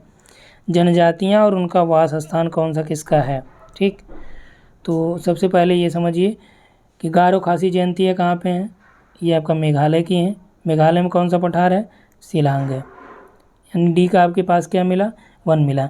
अब यहाँ से देखिए एलिमिनेशन मेथड ये कहता है कि डी का 1 यानी आपके पास बचे 2 ही में से कोई एक विकल्प आपका राइट होगा, ठीक। चलिए, भील है, गोंड है और संथाल बचे। अब यहाँ से हम लोग नंबर 1 पे भील देखते हैं कहाँ पे है। तो भील ये आपका अरावली की पहाड़ियों से है। गोंड छत्तीसगढ़, संथाल आपका झारखंड, सी का 2। तो यहाँ पे आपका जो मिल जाएगा ए विकल्प आपका राइट हो जाएगा। अगला है, अब कहीं कहीं आपको छोटे तौर पे संथाल भी मिलती हैं, भील भी मिलेंगी, तो आप ये मत कहिए कुछ राज्य में ये भी हैं। तो ऐसा कोई राज्य नहीं है जहाँ पे नहीं है। तो जहाँ पे ज़्यादातर विस्तार पाया जाता है वही आंसर में लगाया जाता है।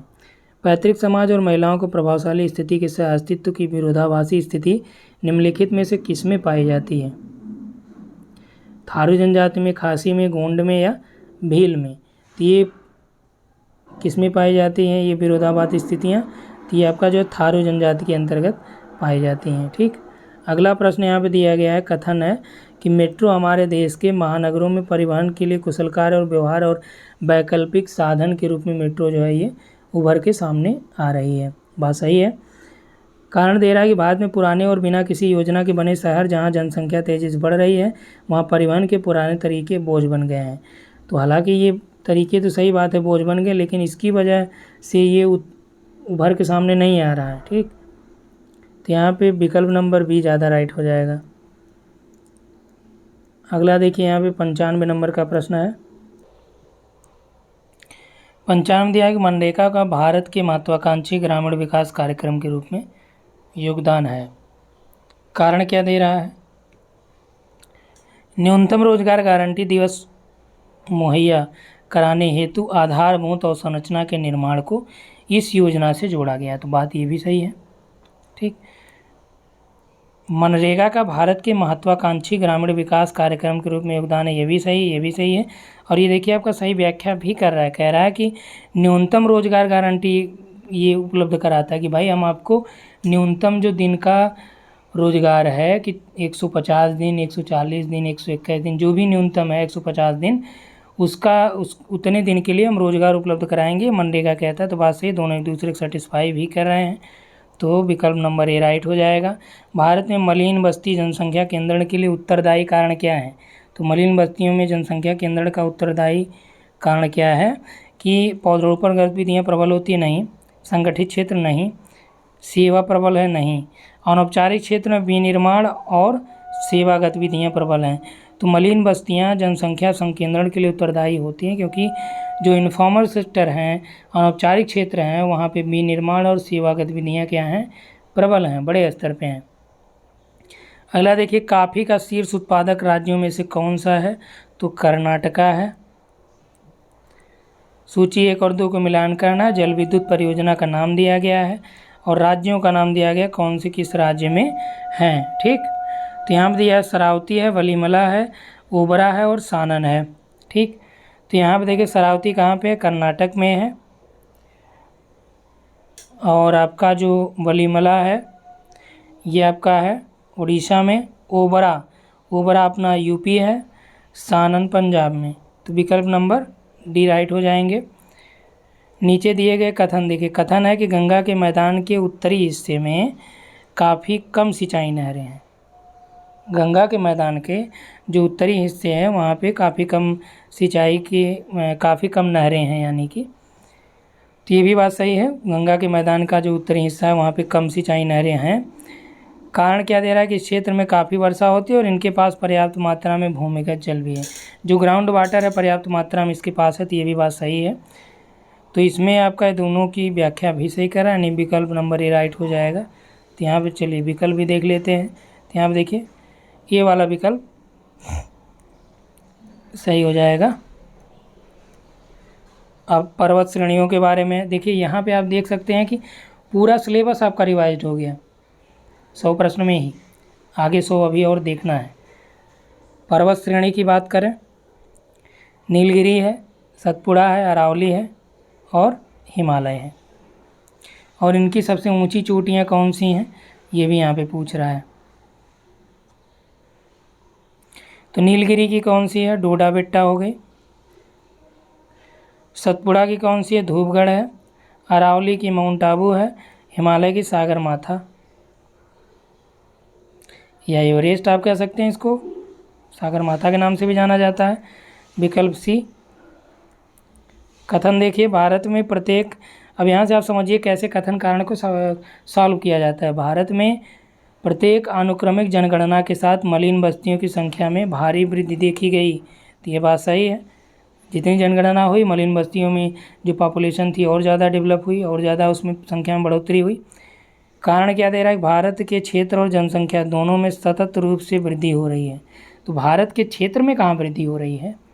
भारत का जो एरिया है वो उतना ही पड़ा है, जनसंख्या में वृद्धि हो रही है। तो ये आपका कथन रंग हो गया। तो कौन सा हुआ? केवल ए सही है, तो सी विकल्प राइट हो जाएगा। अगला देखिए, अपवाह प्रतिरूप जो इसके प्रवाहित होने की मूल संरचना द्वारा नियंत्रित नहीं होती है उसे क्या कहा जाता है? उस अपवाह प्रतिरूप को क्या नाम देते हैं? तो देखिए कह रहा है कि जो मूल संरचना, जैसे ये है ढाल है, इसके अनुक्रम के अनुसार जो बहे तो क्या होगी? अनुवर्ती हो जाएगी, क्रमवर्ती हो जाएगी। पुनः क्रमवर्ती भी क्या करती हैं, मूल संरचना को फॉलो करते हैं। लेकिन जो अक्रमवर्ती, इसका नाम ही इसीलिए अक्रमवर्ती है, यानी ये किसी क्रम से नहीं जाएगी, इसका जैसे मन वैसे जाएगी, तो इस पर किसी मूल संरचना का नियंत्रण नहीं होता। विकल्प सी राइट है। 103 देखिए, 2011 की जनगणना के अनुसार, अब देखिए जनगणना में एग्जैक्ट डाटा ही पूछ दिया था, तो क्या था ये 121 करोड़ हम लोग याद रखते हैं, तो 121,08,54,977। तो आपको ट्रिक ये समझिए कि जब इस तरह से याद करना हो डाटा, तो आप ये आगे वाला कर लीजिए, लास्ट वाला कर लीजिए, इसी में आपका क्या होता है, मिल जाता है 121,977, काम खत्म। तीव्र वृद्धि का चरण जनसंख्या में कब देखा गया, तो 21 से आपका ये था, विकल्प दिया है देखिए, 1 से 21 है, 21 से 51 है, 51 से 81 है और 50 से 2001 है। तो यहाँ पे देखिए तीव्र वृद्धि था, और जो आपका यहाँ पे संक्रमण काल था ये 21 था, और जो तीव्र वृद्धि है ये 51 से 81 है। सर्वाधिक दुग्ध उत्पादन वाला राज्य भारत में कौन सा है, तो इसके लिए आप आँख मूंद के लगाएंगे, यूपी है। कौन सा राज्य समूह लगभग 90% कोयला अकेले उत्पादित कर रहा है राज्य समूहों में, तो झारखंड, उड़ीसा और आपके पश्चिम बंगाल हो गए। और किस वर्ष जो है भारत विश्व में सबसे अधिक वाहन निर्माण वाला देश बन गया था, तो ये आपका सबसे अधिक वाहन निर्माण वाला देश जो है 2009 में।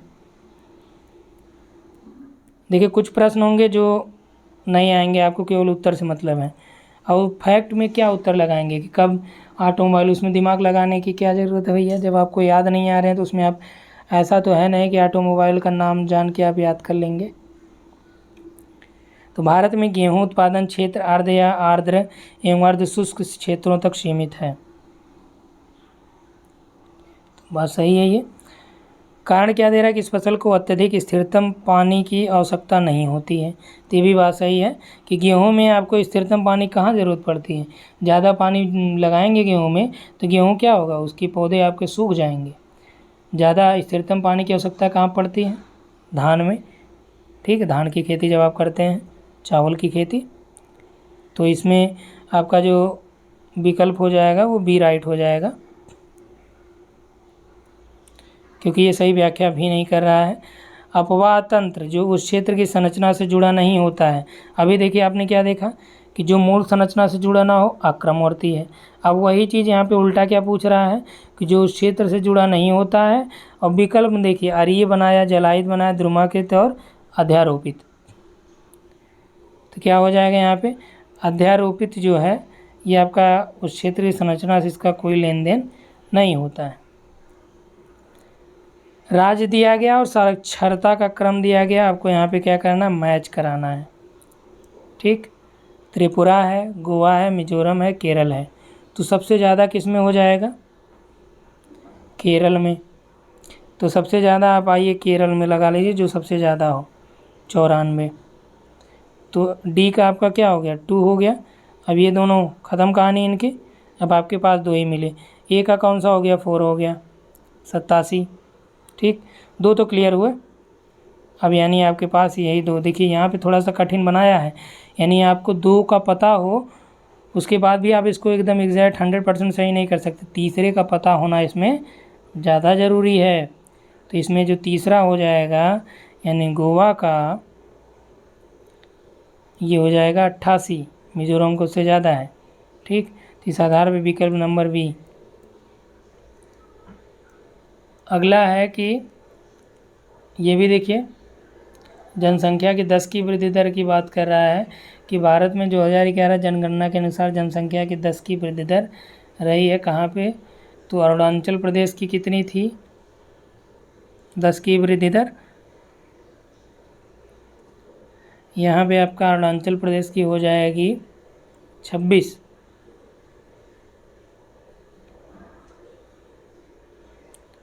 ठीक। और दमन दीव का जो है, दमन दीव का 53 हो जाएगा, मेघालय का 27 है, पुडुचेरी आपका हो जाएगा 28, ठीक, विकल्प नंबर बी राइट। नगरों को परिभाषित करने के लिए भारत की 2011 की जनगणना में किस मापदंड को अपनाया गया? जनसंख्या वृद्धि, घनत्व, साक्षरता, ये लिंगानुपात। किसको अपनाया गया उसमें? तो जनसंख्या का घनत्व, जनघनत्व जो है। कौन सी भारतीय पंचवर्षीय योजना में हेराडोमार मॉडल को अपनाया गया था? तो किस पंचवर्षीय योजना में हेराडोमार मॉडल था? तो पहली वाली में था, दूसरी पीसी मालनोबिस थी। ठीक, जो इसके पहले देखिए एक यहाँ पे कई प्रश्न आपको रिपीटेड मिल जा रहे हैं। विख्यात जो मकराना संगमरमर है, इसकी खाने किस राज्य में है? तो मकराना आपका राजस्थान है। और कह रहा है कि भौतिक आकृतियों का सही क्रम कौन सा होता है? तो सबसे पहले मैदान है, फिर तराई आता है, भाबर और पहाड़ उसके बाद आते हैं। ठीक, जो क्रम है वो आकृतियों का। पहाड़ी का नाम और राज्य का नाम यहाँ पे देखना है। तो बाबा बुदन कर्नाटक हो गया, खासी आपका मेघालय, अमरकंटक एमपी, मिकिर, मिसमी, किस्मी ये सभी असम की हो गई। ठीक, इस आधार पर राइट आंसर सी। अगला है कि नदी का नाम और शहरी बस्ती का नाम यहाँ पे डालना है। गंगा नदी, कृष्णा है, ब्रह्मपुत्र है और महानदी है। गंगा के किनारे आपके कानपुर हो गए, कृष्णा में आपका विजयवाड़ा है, ब्रह्मपुत्र में आपका कौन सा है? तेजपुर है, महानदी के बगल में कटक आपका है। तो विकल्प आपका डी राइट हो जाएगा। भारत की 2011 की जनगणना में शिशु लिंगानुपात कितना रहा है? तो शिशु लिंगानुपात आपका 915 रहा है। और यहाँ पे जो है 2011 की जनगणना के अभिलेखों के अनुसार जो है जनसंख्या का अधिकतम जो घनत्व संग्रह क्षेत्र में पाया गया था, तो कौन से संग्रह क्षेत्र थे? ये थे दमनदीव। और यहाँ पे आपका देखिए अगला प्रश्न है कि भारत की 2011 की जनगणना में जो साक्षर का प्रतिशत न्यूनतम किस राज्य में था साक्षरता का? अब विकल्प के अनुसार आपको देखना है। ठीक, हरियाणा होता तो हरियाणा होता, लेकिन यहाँ पे बिहार है तो अपना बिहार। नेक्स्ट है इसमें कि किस राज्य में लौह अयस्क अत्यधिक मात्रा में पाया जाता है? तो लौह अयस्क की मात्रा आपका यहाँ पे देखिए झारखंड और उड़ीसा में मैक्सिमम है। और यहाँ पे अगला है कि भारत की वर्ष 2011 की जनगणना के अनुसार किस संग्रह क्षेत्र में लिंगानुपात ज़्यादा है?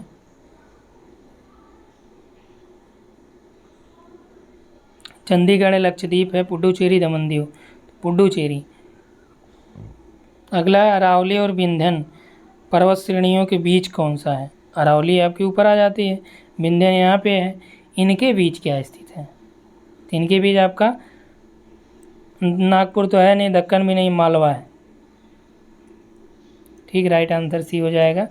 भारत में अगस्त महीने में वर्षा में विविधता आमतौर पर किस शहर में जो अपेक्षाकृत अधिक स्पष्ट रूप से दिखाई देती है? तो ये आपका कहाँ पे? जोधपुर में जो है अगस्त महीने में। रोजर और पमार 1988 में जो है इन्होंने भारत को कितने जैव भौगोलिक क्षेत्रों में डिवाइड किया? तो रोजर और पमार महोदय ने 10 जैव भौगोलिक क्षेत्रों में इन्होंने डिवाइड किया था इसको। ठीक, अगला देखते हैं। इसमें मैच कराना है आपका, और यहाँ पे दिया है प्रशासनिक इकाई और जनगणना के अनुसार जो है ये संख्या दिया गया है। तो जिला, तहसील, शहर और राज्य। ठीक, राज्य कुल 28 हो गए,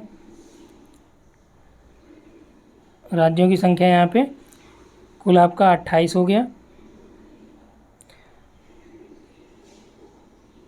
और जिला आपका यहाँ से क्या हो जाएगा? 640।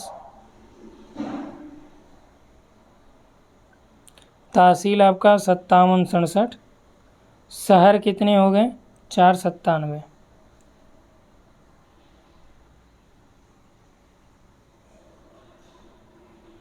तो विकल्प आपका बी हो जाएगा।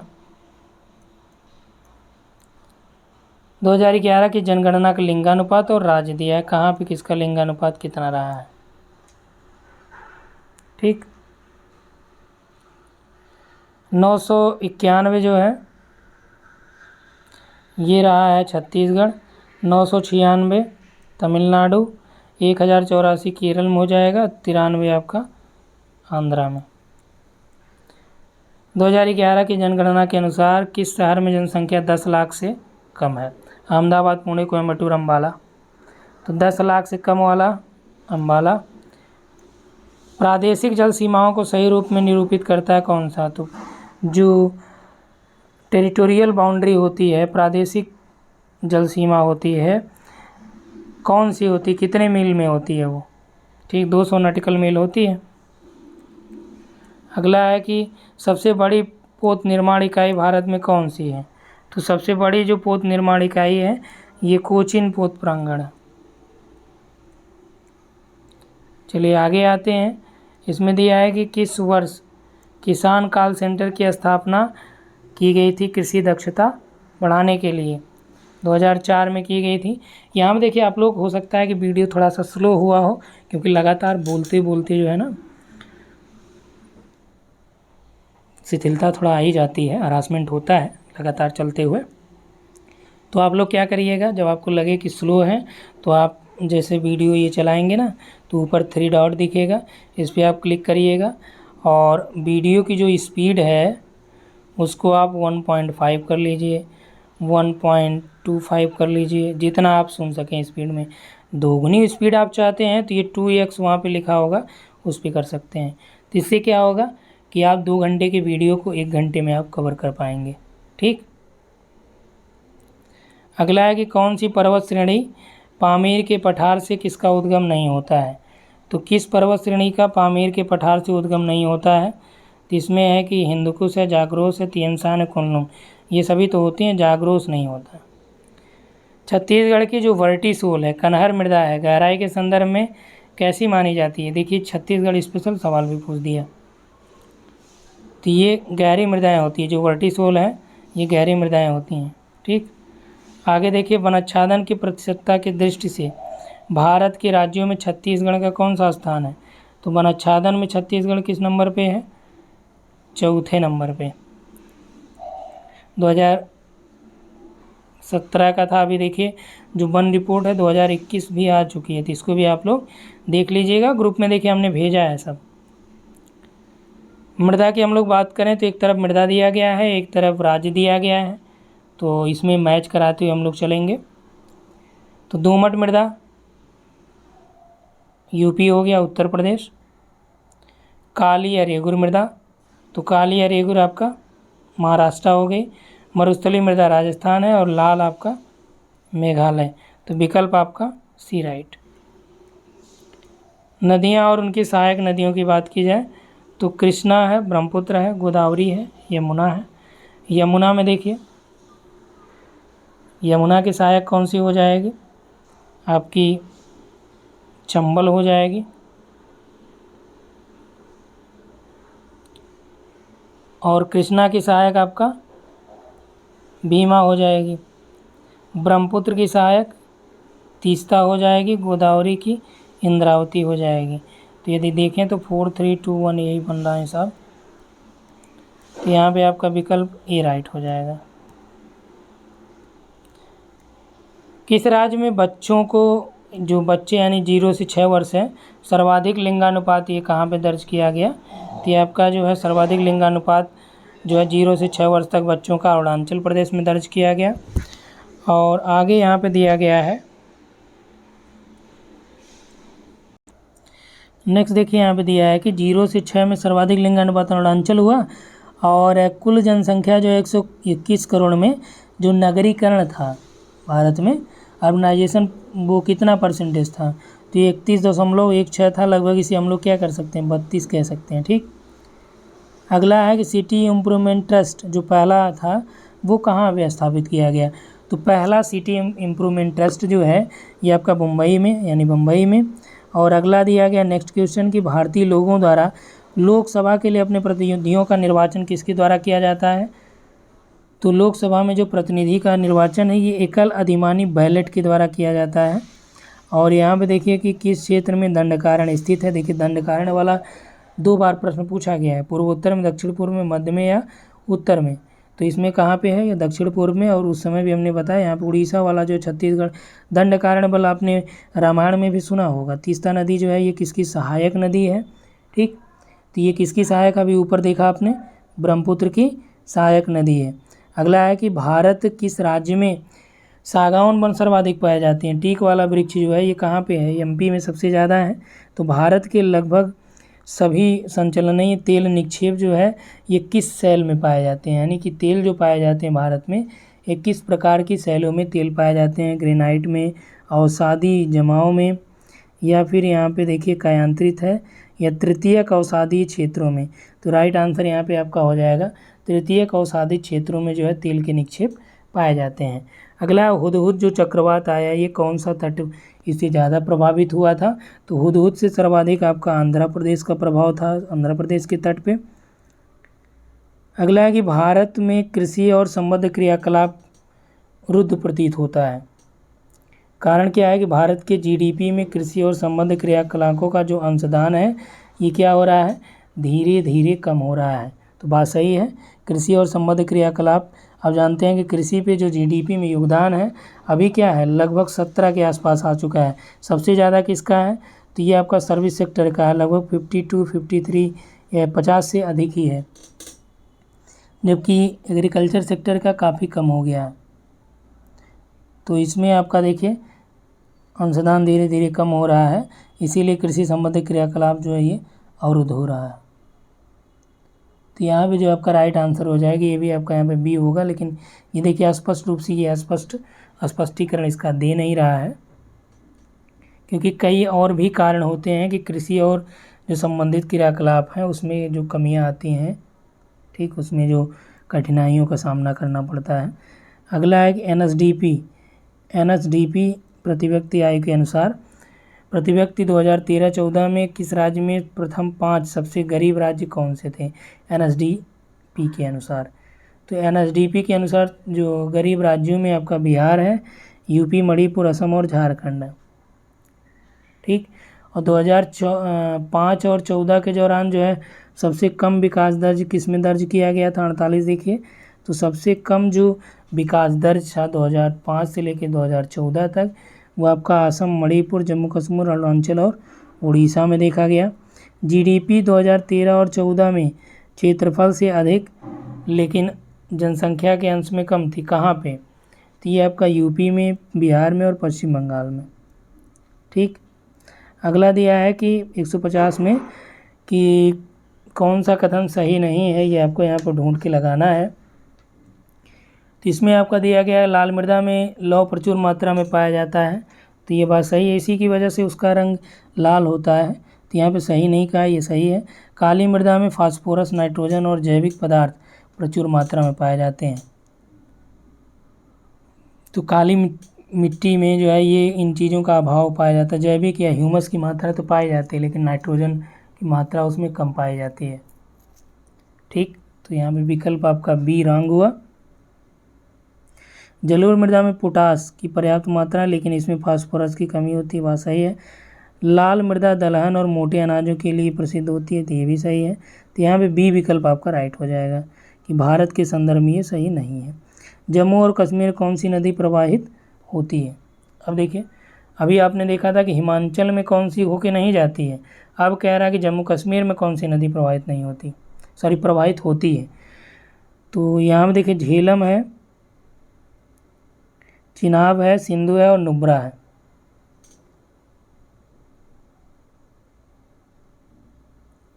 तो यहाँ पे यदि आप देखेंगे जम्मू और कश्मीर आपका यहीं से हो जाता है। अभी क्या है, यहाँ पे लद्दाख बन गया है, इधर आपका हिमाचल है, ठीक। तो जो सिंधु नदी है ये कट के यहाँ से आती है, झेलम आपका ऊपर चली जाएगी, चिनाब इधर से आती है, रावी व्यास, नुब्रा ये इसकी सहायक है। तो जम्मू कश्मीर में कौन सी नदी प्रवाहित होती है,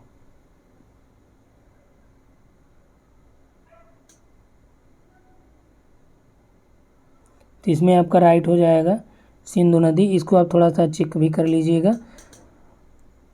और अगला देखिए कि सबसे अधिक आप्रवासन कहाँ पे होता है? तो राजस्थान है, उत्तर प्रदेश है, बिहार है और महाराष्ट्र है। अप्रवासन, प्रवासन का मतलब क्या होता है कि प्रवास का मतलब यहाँ से जब कोई यहाँ चला जाए प्रवास हो गया। अप्रवासन का मतलब कि यहाँ से व्यक्ति हिले ही ना मतलब यहाँ से जाए ही ना। तो महाराष्ट्र में लोग क्या करते हैं, उनको पर्याप्त रोजगार वगैरह वहीं मिल जाता है। तो ये क्या महाराष्ट्र वाले बिहार में थोड़ी रोजगार करने आएंगे, बल्कि बिहार वाले क्या करेंगे। तो इसलिए सबसे अधिक अप्रवासन आपका महाराष्ट्र में होता है। अगला यहाँ पे देखिए नेक्स्ट क्वेश्चन दिया गया है कि भारत के निम्नलिखित किस राज्य में सबसे अधिक गेहूं उत्पादन होता है। तो उत्पादन गेहूं का सबसे ज़्यादा यूपी में होता है, लेकिन उत्पादकता ज़्यादा कौन सी है? पंजाब और हरियाणा की है। अरुणाचल प्रदेश का कौन सा दर्रा देखिए, ये तिब्बत से उसको जोड़ता है, कौन सा दर्रा। तो अभी एक बार ये प्रश्न पूछा गया है, दोबारा देखिए वही पूछ रहा है। ठीक, तो कौन सा है? ये बोमडिला है। अगला है कि किस वर्ष जम्मू और कश्मीर क्षेत्र में मुजफ्फराबाद के समीप एक बड़ा भूकंप आया था। तो मुजफ्फराबाद में जो भूकंप आया था 2005 में आया था। और किस जिले में उच्चतम यौन अनुपात यानी लिंगानुपात दर्ज किया गया है 2011 की जनगणना से ही। ये आपका पांडिचेरी, जो माहे है पांडिचेरी का जिला है। ठीक, तो इसमें जो है आपका दर्ज किया गया है उच्चतम लिंगानुपात। और देखिए पांडिचेरी में जो और 3 जिले हैं, माहे है, यनम है और कराईकल है। ठीक, माहे आपका केरल वाले में आ जाता है, यनम ये आपका आंध्रा में है, कराईकल और पांडिचेरी ये दोनों तमिलनाडु में। ठीक, तो ये ज़िले इसके आप समझिए, क्योंकि ये प्रश्न कई बार पूछ दिया जाता है। अगला है राज्य दिया है, उसकी जनजाति है, इसको आपको क्या करना है? मैच कराना है। ठीक, तो गुजरात में जो है आपका कौन सी जनजाति हो जाएगी? यहाँ पे आपका खोंड। मध्य प्रदेश में आपकी कौन सी जनजाति हो जाएगी? गोंड। असम में मिकिर हो जाएगी, उड़ीसा में आप भील कर लीजिए।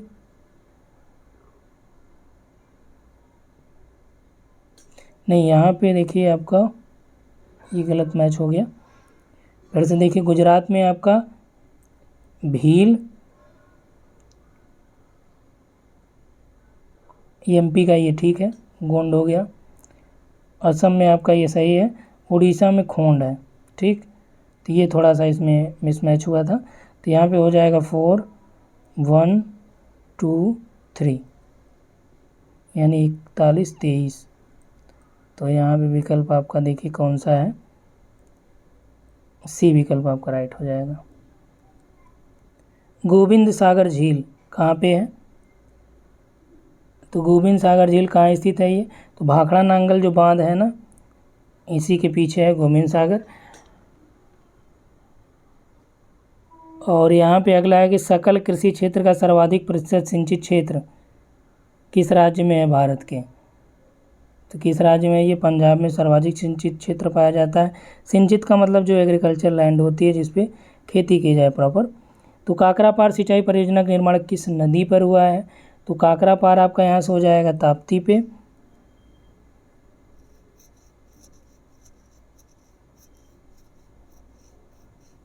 सिंधु नदी कहाँ से निकलती है?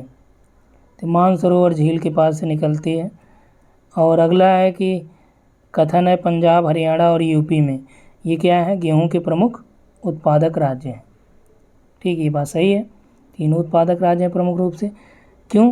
कारण देखिए, सुप्रवाहित उर्वर भूमि यहाँ पे होती। बुआई समय गेहूं का 10 से 15 डिग्री का तापमान होना चाहिए और 75 सेंटीमीटर जो है वर्षा बेहतर गेहूं के लिए आवश्यक है।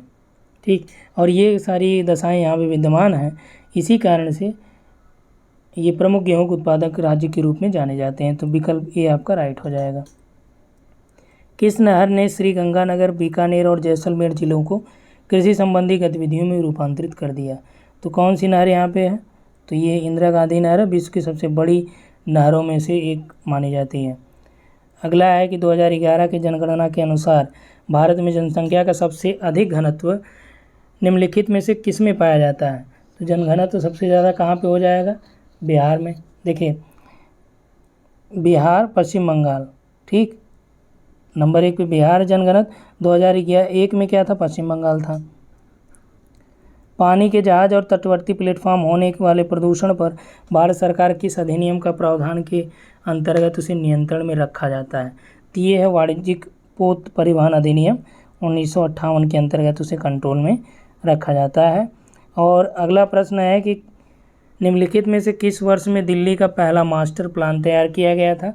तो पहला मास्टर प्लान 1962 में था दिल्ली का। और अगला है कि कथन दिया है भारतीय अर्थव्यवस्था गैर प्राथमिक गतिविधियों की दिशा में अपने आधार को विविध रूप दे रही है। तो बात सही है। प्राइमरी सेक्टर मतलब एग्रीकल्चर सेक्टर, ठीक। तो भारतीय अर्थव्यवस्था क्या कर रही है कि एग्रीकल्चर सेक्टर इस समय क्या है, जीडीपी में इसका योगदान निरंतर कम होता चला जा रहा है। तो इसका मतलब ये अदर सेक्टर में जा रही है।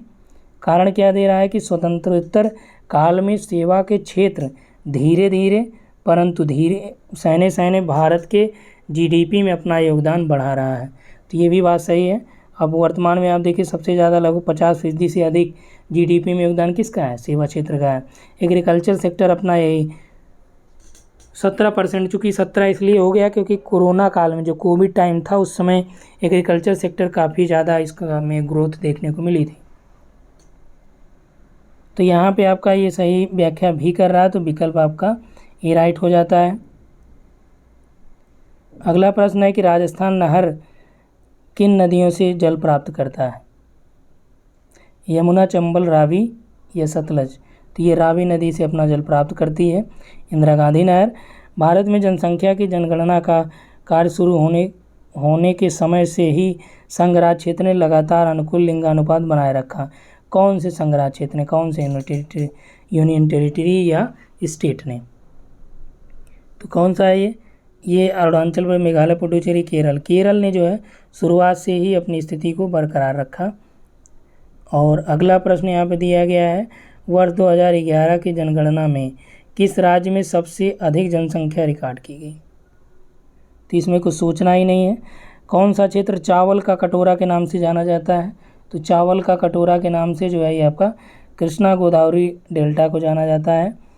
और अगला है चावल की राजधानी भी आई थिंक कटक को मानी जाती है। ऐसी नदी घाटियाँ जिनके मार्गों का नियंत्रण ऐसे कारकों के द्वारा होता है जिन्हें निर्धारित नहीं किया जा सकता, तो इन कारकों को क्या कहते हैं? या ये जो प्रतिरूप है उसे क्या कहा जाता है? फिर से पढ़िए। जिन नदी घाटियों को या जिनके मार्गों का नियंत्रण ऐसे कारकों द्वारा होता है जिन्हें निर्धारित नहीं किया जा सकता, तो उसको क्या कहते हैं? उसे क्या कहते हैं? अक्रमवर्ती। देखिए, अक्रमवर्ती, अध्यारोपित। अक्रमवर्ती 2 बार पूछा गया। बस प्रश्न क्या किया था, एक बार कहा कि मूल संरचना का इससे कोई लेना देना नहीं है। अब कह रहा है कि जो मूल संरचना है वो निर्धारित नहीं हो सकती। अगला देखिए, किसने अवलोकन किया कि तिब्बत पठार का ग्रीष्म तापन भारत पर मानसूनी परिसंचरण के लिए सर्वाधिक महत्वपूर्ण है? यानी तिब्बती पठार की अवधारणा भारतीय मानसून के संबंध में किसने दिया? ठीक, देखिए इसको थोड़ा सा इन्होंने क्या किया, घुमा दिया। अब आप डायरेक्ट यही समझ सकते हैं कि तिब्बत के पठार की अवधारणा किसने दिया? तो ये कोटेश्वरम महोदय ने दिया था। अगला है चेन्नई बेंगलुरु कॉरिडोर का विकास किस पर आधारित किया गया है? तो चेन्नई बेंगलुरु जो कॉरिडोर का डेवलपमेंट किया जा रहा है ये ऑटोमोबाइल और इंफॉर्मेशन टेक्नोलॉजी की आईटी इंडस्ट्री पे ये डेवलप किया गया, ऑटोमोबाइल और आईटी पे। अगला कथन देखिए, भूरा कोयला और निम्न श्रेणी का जो बिटुमिनस है कोयला ये चतुर्थ कल्प में बने थे, यानी टर्शियरी पीरियड में ये बने थे। तो ये बात सही है। अगला, डोलोमाइट का लोहा और इस्पात उद्योग में उच्च ताप सह सामग्री तथा फ्लक्स के रूप में उपयोग होता है। तो ये भी बात सही, जो सफ़ेद का आता है वो डोलोमाइट का ही होता है। और अगला दिया है कि सौर ऊर्जा, पवन और जल विद्युत, बायोगैस नवीकरणीय में आते हैं। ये भी बात सही है, यानी 1, 2, 3 ए विकल्प राइट हो जाएगा। भारत में समस्त नियोजन तकनीकी किसके द्वारा तैयार किए गए मॉडल पर आधारित थी? तो भारत में जो भी प्लानिंग तैयार की गई वो पीसी महालनोबिस का जो मॉडल था इन्हीं के द्वारा तैयार किया गया मॉडल पर आधारित था। ठीक, अगला देखिए, कृषि क्षेत्र क्या होता है? समरूप होता है, कार्यात्मक, नोडल या प्राकृतिक क्षेत्र? तो जो आपका एग्रीकल्चर सेक्टर होता है ये समरूप प्रदेश के अंतर्गत आते हैं। दक्षिण से उत्तर तक हिमालय श्रेणियों में कौन सा अनुक्रम सही है? अब देखिए अभी तक उत्तर दक्षिण आपने पढ़ा होगा, अब यहाँ पे क्या कह रहा है कि दक्षिण से उत्तर यानी नीचे से ऊपर आएंगे तो आपको क्या देखने को मिलेगा।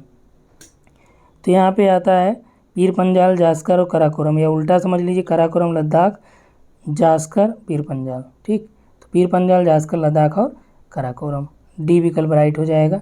कोयले के उत्पादन की मात्रा तथा गुणवत्ता के संबंध में भारत का सबसे पुरातन और सबसे समृद्ध जो कोयला क्षेत्र है वो कौन सा है। तो भारत का सबसे पुरातन सबसे समृद्ध जो कोयला क्षेत्र है ये आपका रानीगंज, ठीक, यही बेल्ट है।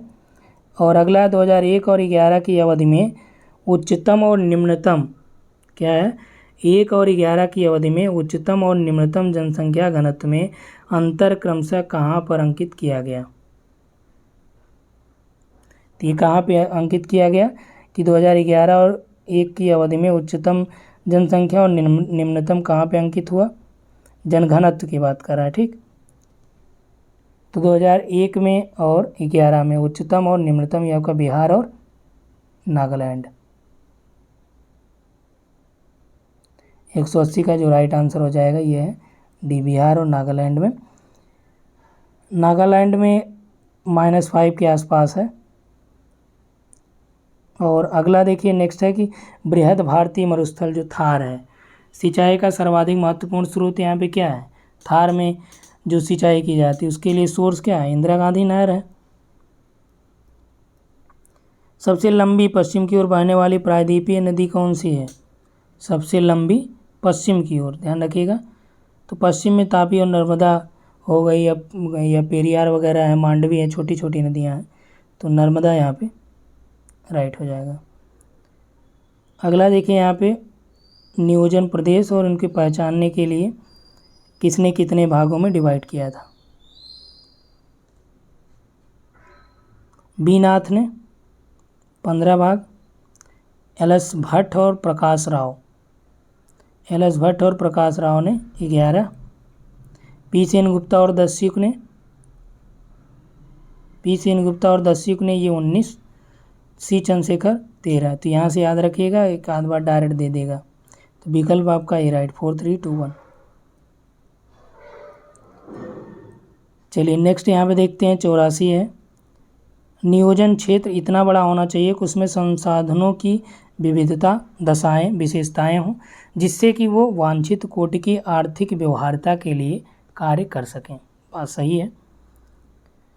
उसकी संसाधन स्थिति ऐसी हो कि उपभोग के लिए, विनिमय के लिए संतोषजनक स्तर तक उत्पाद संयोजन सक्षम हो, साध्य सक्षम हो। ये भी ठीक है और व्याख्या भी सही कर रहा है। विकल्प ए राइट हो जाएगा। क्षेत्रीय आधार पर उप योजना तैयार करने का कार्य किसने लिया था, या किस पंचवर्षीय योजना में क्षेत्रीय आधार पर उप योजना तैयार करने का काम लिया गया था। तो क्षेत्रीय आधार पर जो उप योजना यानी सब प्लानिंग 5वीं के बाद जो एक साल की गई थी। आर्थिक क्षेत्रों में सोवियत अवधारणा और उत्पादन विशिष्टीकरण के अनुवर्ती भिन्न व्यवस्थाओं के आर्थिक क्षेत्र की रूपरेखा किसने प्रस्तुत की। किसने ये प्रस्तुत किया था, पी सेन गुप्ता ने। 2001 और 11 के दौरान साक्षरों की वृद्धि दर निम्नतम रही थी कहाँ पे, तो साक्षरों की वृद्धि निम्नतम रही थी तो केरल में जो है ये निम्नतर वृद्धि रही थी, क्योंकि ये इतना ज़्यादा डेवलप हो ही चुका है, 94% के आसपास यहाँ पे। और अभी तो ये देखने को मिल रहा है 100% के आसपास यहाँ पे साक्षरता हो गई। कौन सा स्थान सूरज की ऊर्ध्वाधर किरणों को नहीं पाता है, श्रीनगर है, मुंबई है, चेन्नई है या तिरुवनंतपुरम है।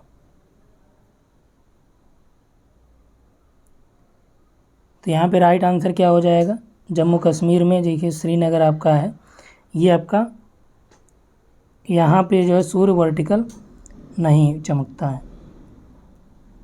कौन सा परमाणु ऊर्जा संयंत्र तमिलनाडु में अवस्थित है, तारापुर है, कोटा है, कलपक्कम है, नरौरा है। ठीक, नरौरा देखिए आपका यूपी में ही है, कोटा आपका राजस्थान हो गया, कलपक्कम तमिलनाडु में है। अब देखिए वही पूछ ही रहा है यहाँ पे, कलपक्कम तमिलनाडु।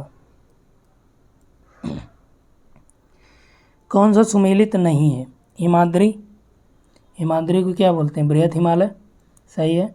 शिवालिक कुबाई हिमालय, ये भी सही है। पश्चिमी घाट जो है प्रायद्वीपीय भारत के अंतर्गत है, तो ये भी ठीक है। गोंडवाना भूमि को लघु हिमालय कहते हैं, तो नहीं, गोंडवाना भूमि लघु हिमालय नहीं। तो राइट आंसर डी हो जाएगा। कौन से बंदरगाह प्राकृतिक पोताश्रय नहीं है? कौन सा बंदरगाह प्राकृतिक नहीं है, नेचुरल नहीं है?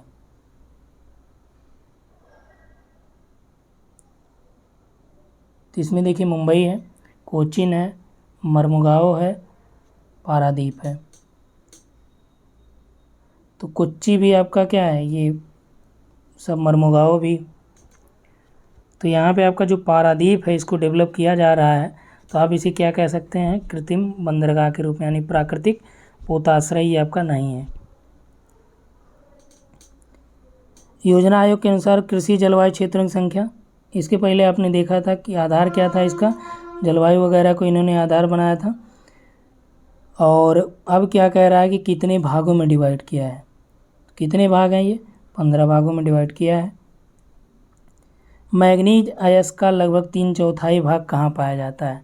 तो मैग्नीज अयस्क का लगभग 3/4 भाग ये आपका कर्नाटका हो गया, उड़ीसा, मध्य प्रदेश और महाराष्ट्र में।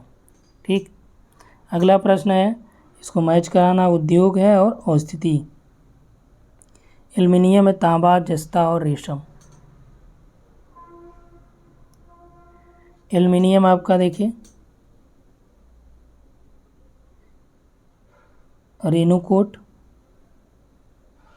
तांबा के लिए केतड़ी खाने, और आपका यहाँ पे जस्ता के लिए है विशाखापत्तनम, जस्ता प्रगलन के लिए। देखिए प्रगलन है, ऐसा नहीं कि यहाँ पे प्रोडक्शन किया जाता। रेशम के लिए मैसूर।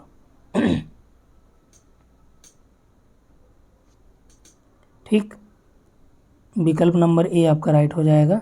अगला आते हैं कि 2 क्षेत्रों के वर्षा की विशेषता कटिबंधीय मानसून वर्षा है। किन 2 क्षेत्रों की? कटिबंधी मतलब उष्णकटिबंधी, आप समझिए। सह्याद्री, गंगा डेल्टा, कश्मीर, लद्दाख। किसका है? तो सह्याद्री हो गया, गंगा डेल्टा। यहाँ पे जो है ये कटिबंधीय मानसूनी वर्षा होती है, उष्णकटिबंधीय मानसूनी। तो यहाँ पे सह्याद्री है और गंगा डेल्टा। लद्दाख और कश्मीर घाटी यहाँ पे ये नहीं है, तो 1 और 2 राइट हो जाएगा, यानी विकल्प सी सही है। चलिए लास्ट में हम लोग पहुँचने वाले हैं। राज्य है, जनजातियाँ हैं, अरुणाचल प्रदेश, जम्मू कश्मीर, पश्चिम बंगाल और केरल। ठीक, अरुणाचल प्रदेश में कौन सी हैं? डफला है, खम्पति है, सिंगपो है। सी विकल्प हो गया, यानी ए का थर्ड हो गया।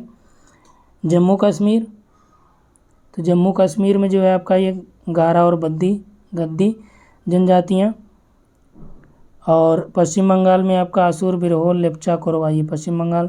केरल मध्यम, कम्मार, कोंडकप्पू, ये केरल के हो गए। तो विकल्प इसमें आपका ए का 3 है, B4, तो A3 B4 विकल्प सी।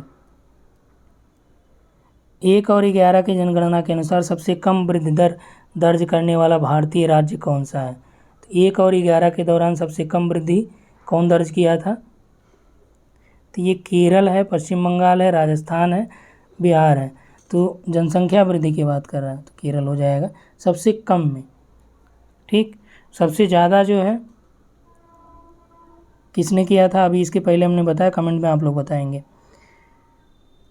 नेक्स्ट देखिए, यहाँ पे दिया गया है कि 400 प्रति व्यक्ति वर्ग किलोमीटर की ज़्यादा का जनसंख्या घनत्व का विस्तार ऊपरी सिंधु गंगा, सतलज, ब्रह्मपुत्र घाटी और इसके डेल्टा तक है, यानी 400 प्रति व्यक्ति से ज़्यादा जनसंख्या का विस्तार। तो ये बात सही है, क्योंकि ये उपजाऊ क्षेत्र हैं और यहाँ पे पर्याप्त जल की उपलब्धता है।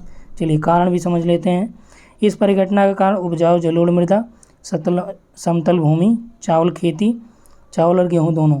ठीक, सिंचाई सुविधाएं, अनुकूल जलवायु की परिस्थितियाँ, ये एकदम सही बात है। ठीक, वही चीज़ हम लोग बात कर रहे थे। तो इसमें आपका ए सही है, क्योंकि दोनों बढ़िया सेटिस्फाई भी कर रहा है इसको। और 199, कौन सा प्राकृतिक संसाधन लोगों को ज़्यादा आजीविका प्रदान कर रहा है? कौन सा जो है सबसे ज़्यादा लोगों को आजीविका दे रहा है? जल है, भूमि है, वन है, खनिज है। तो मैक्सिमम लोग कहाँ हैं? कृषि कार्यों में ही संलग्न है। भले जीडीपी में योगदान कम है, लेकिन भूमि जो है ये बहुत से लोग इस पर अभी डिपेंडेंट है। लगभग 60% के आसपास लोग जो है अभी भी इस पर निर्भर हैं, भारत की जो पॉपुलेशन है। ठीक, तो 199 में बी हो जाएगा।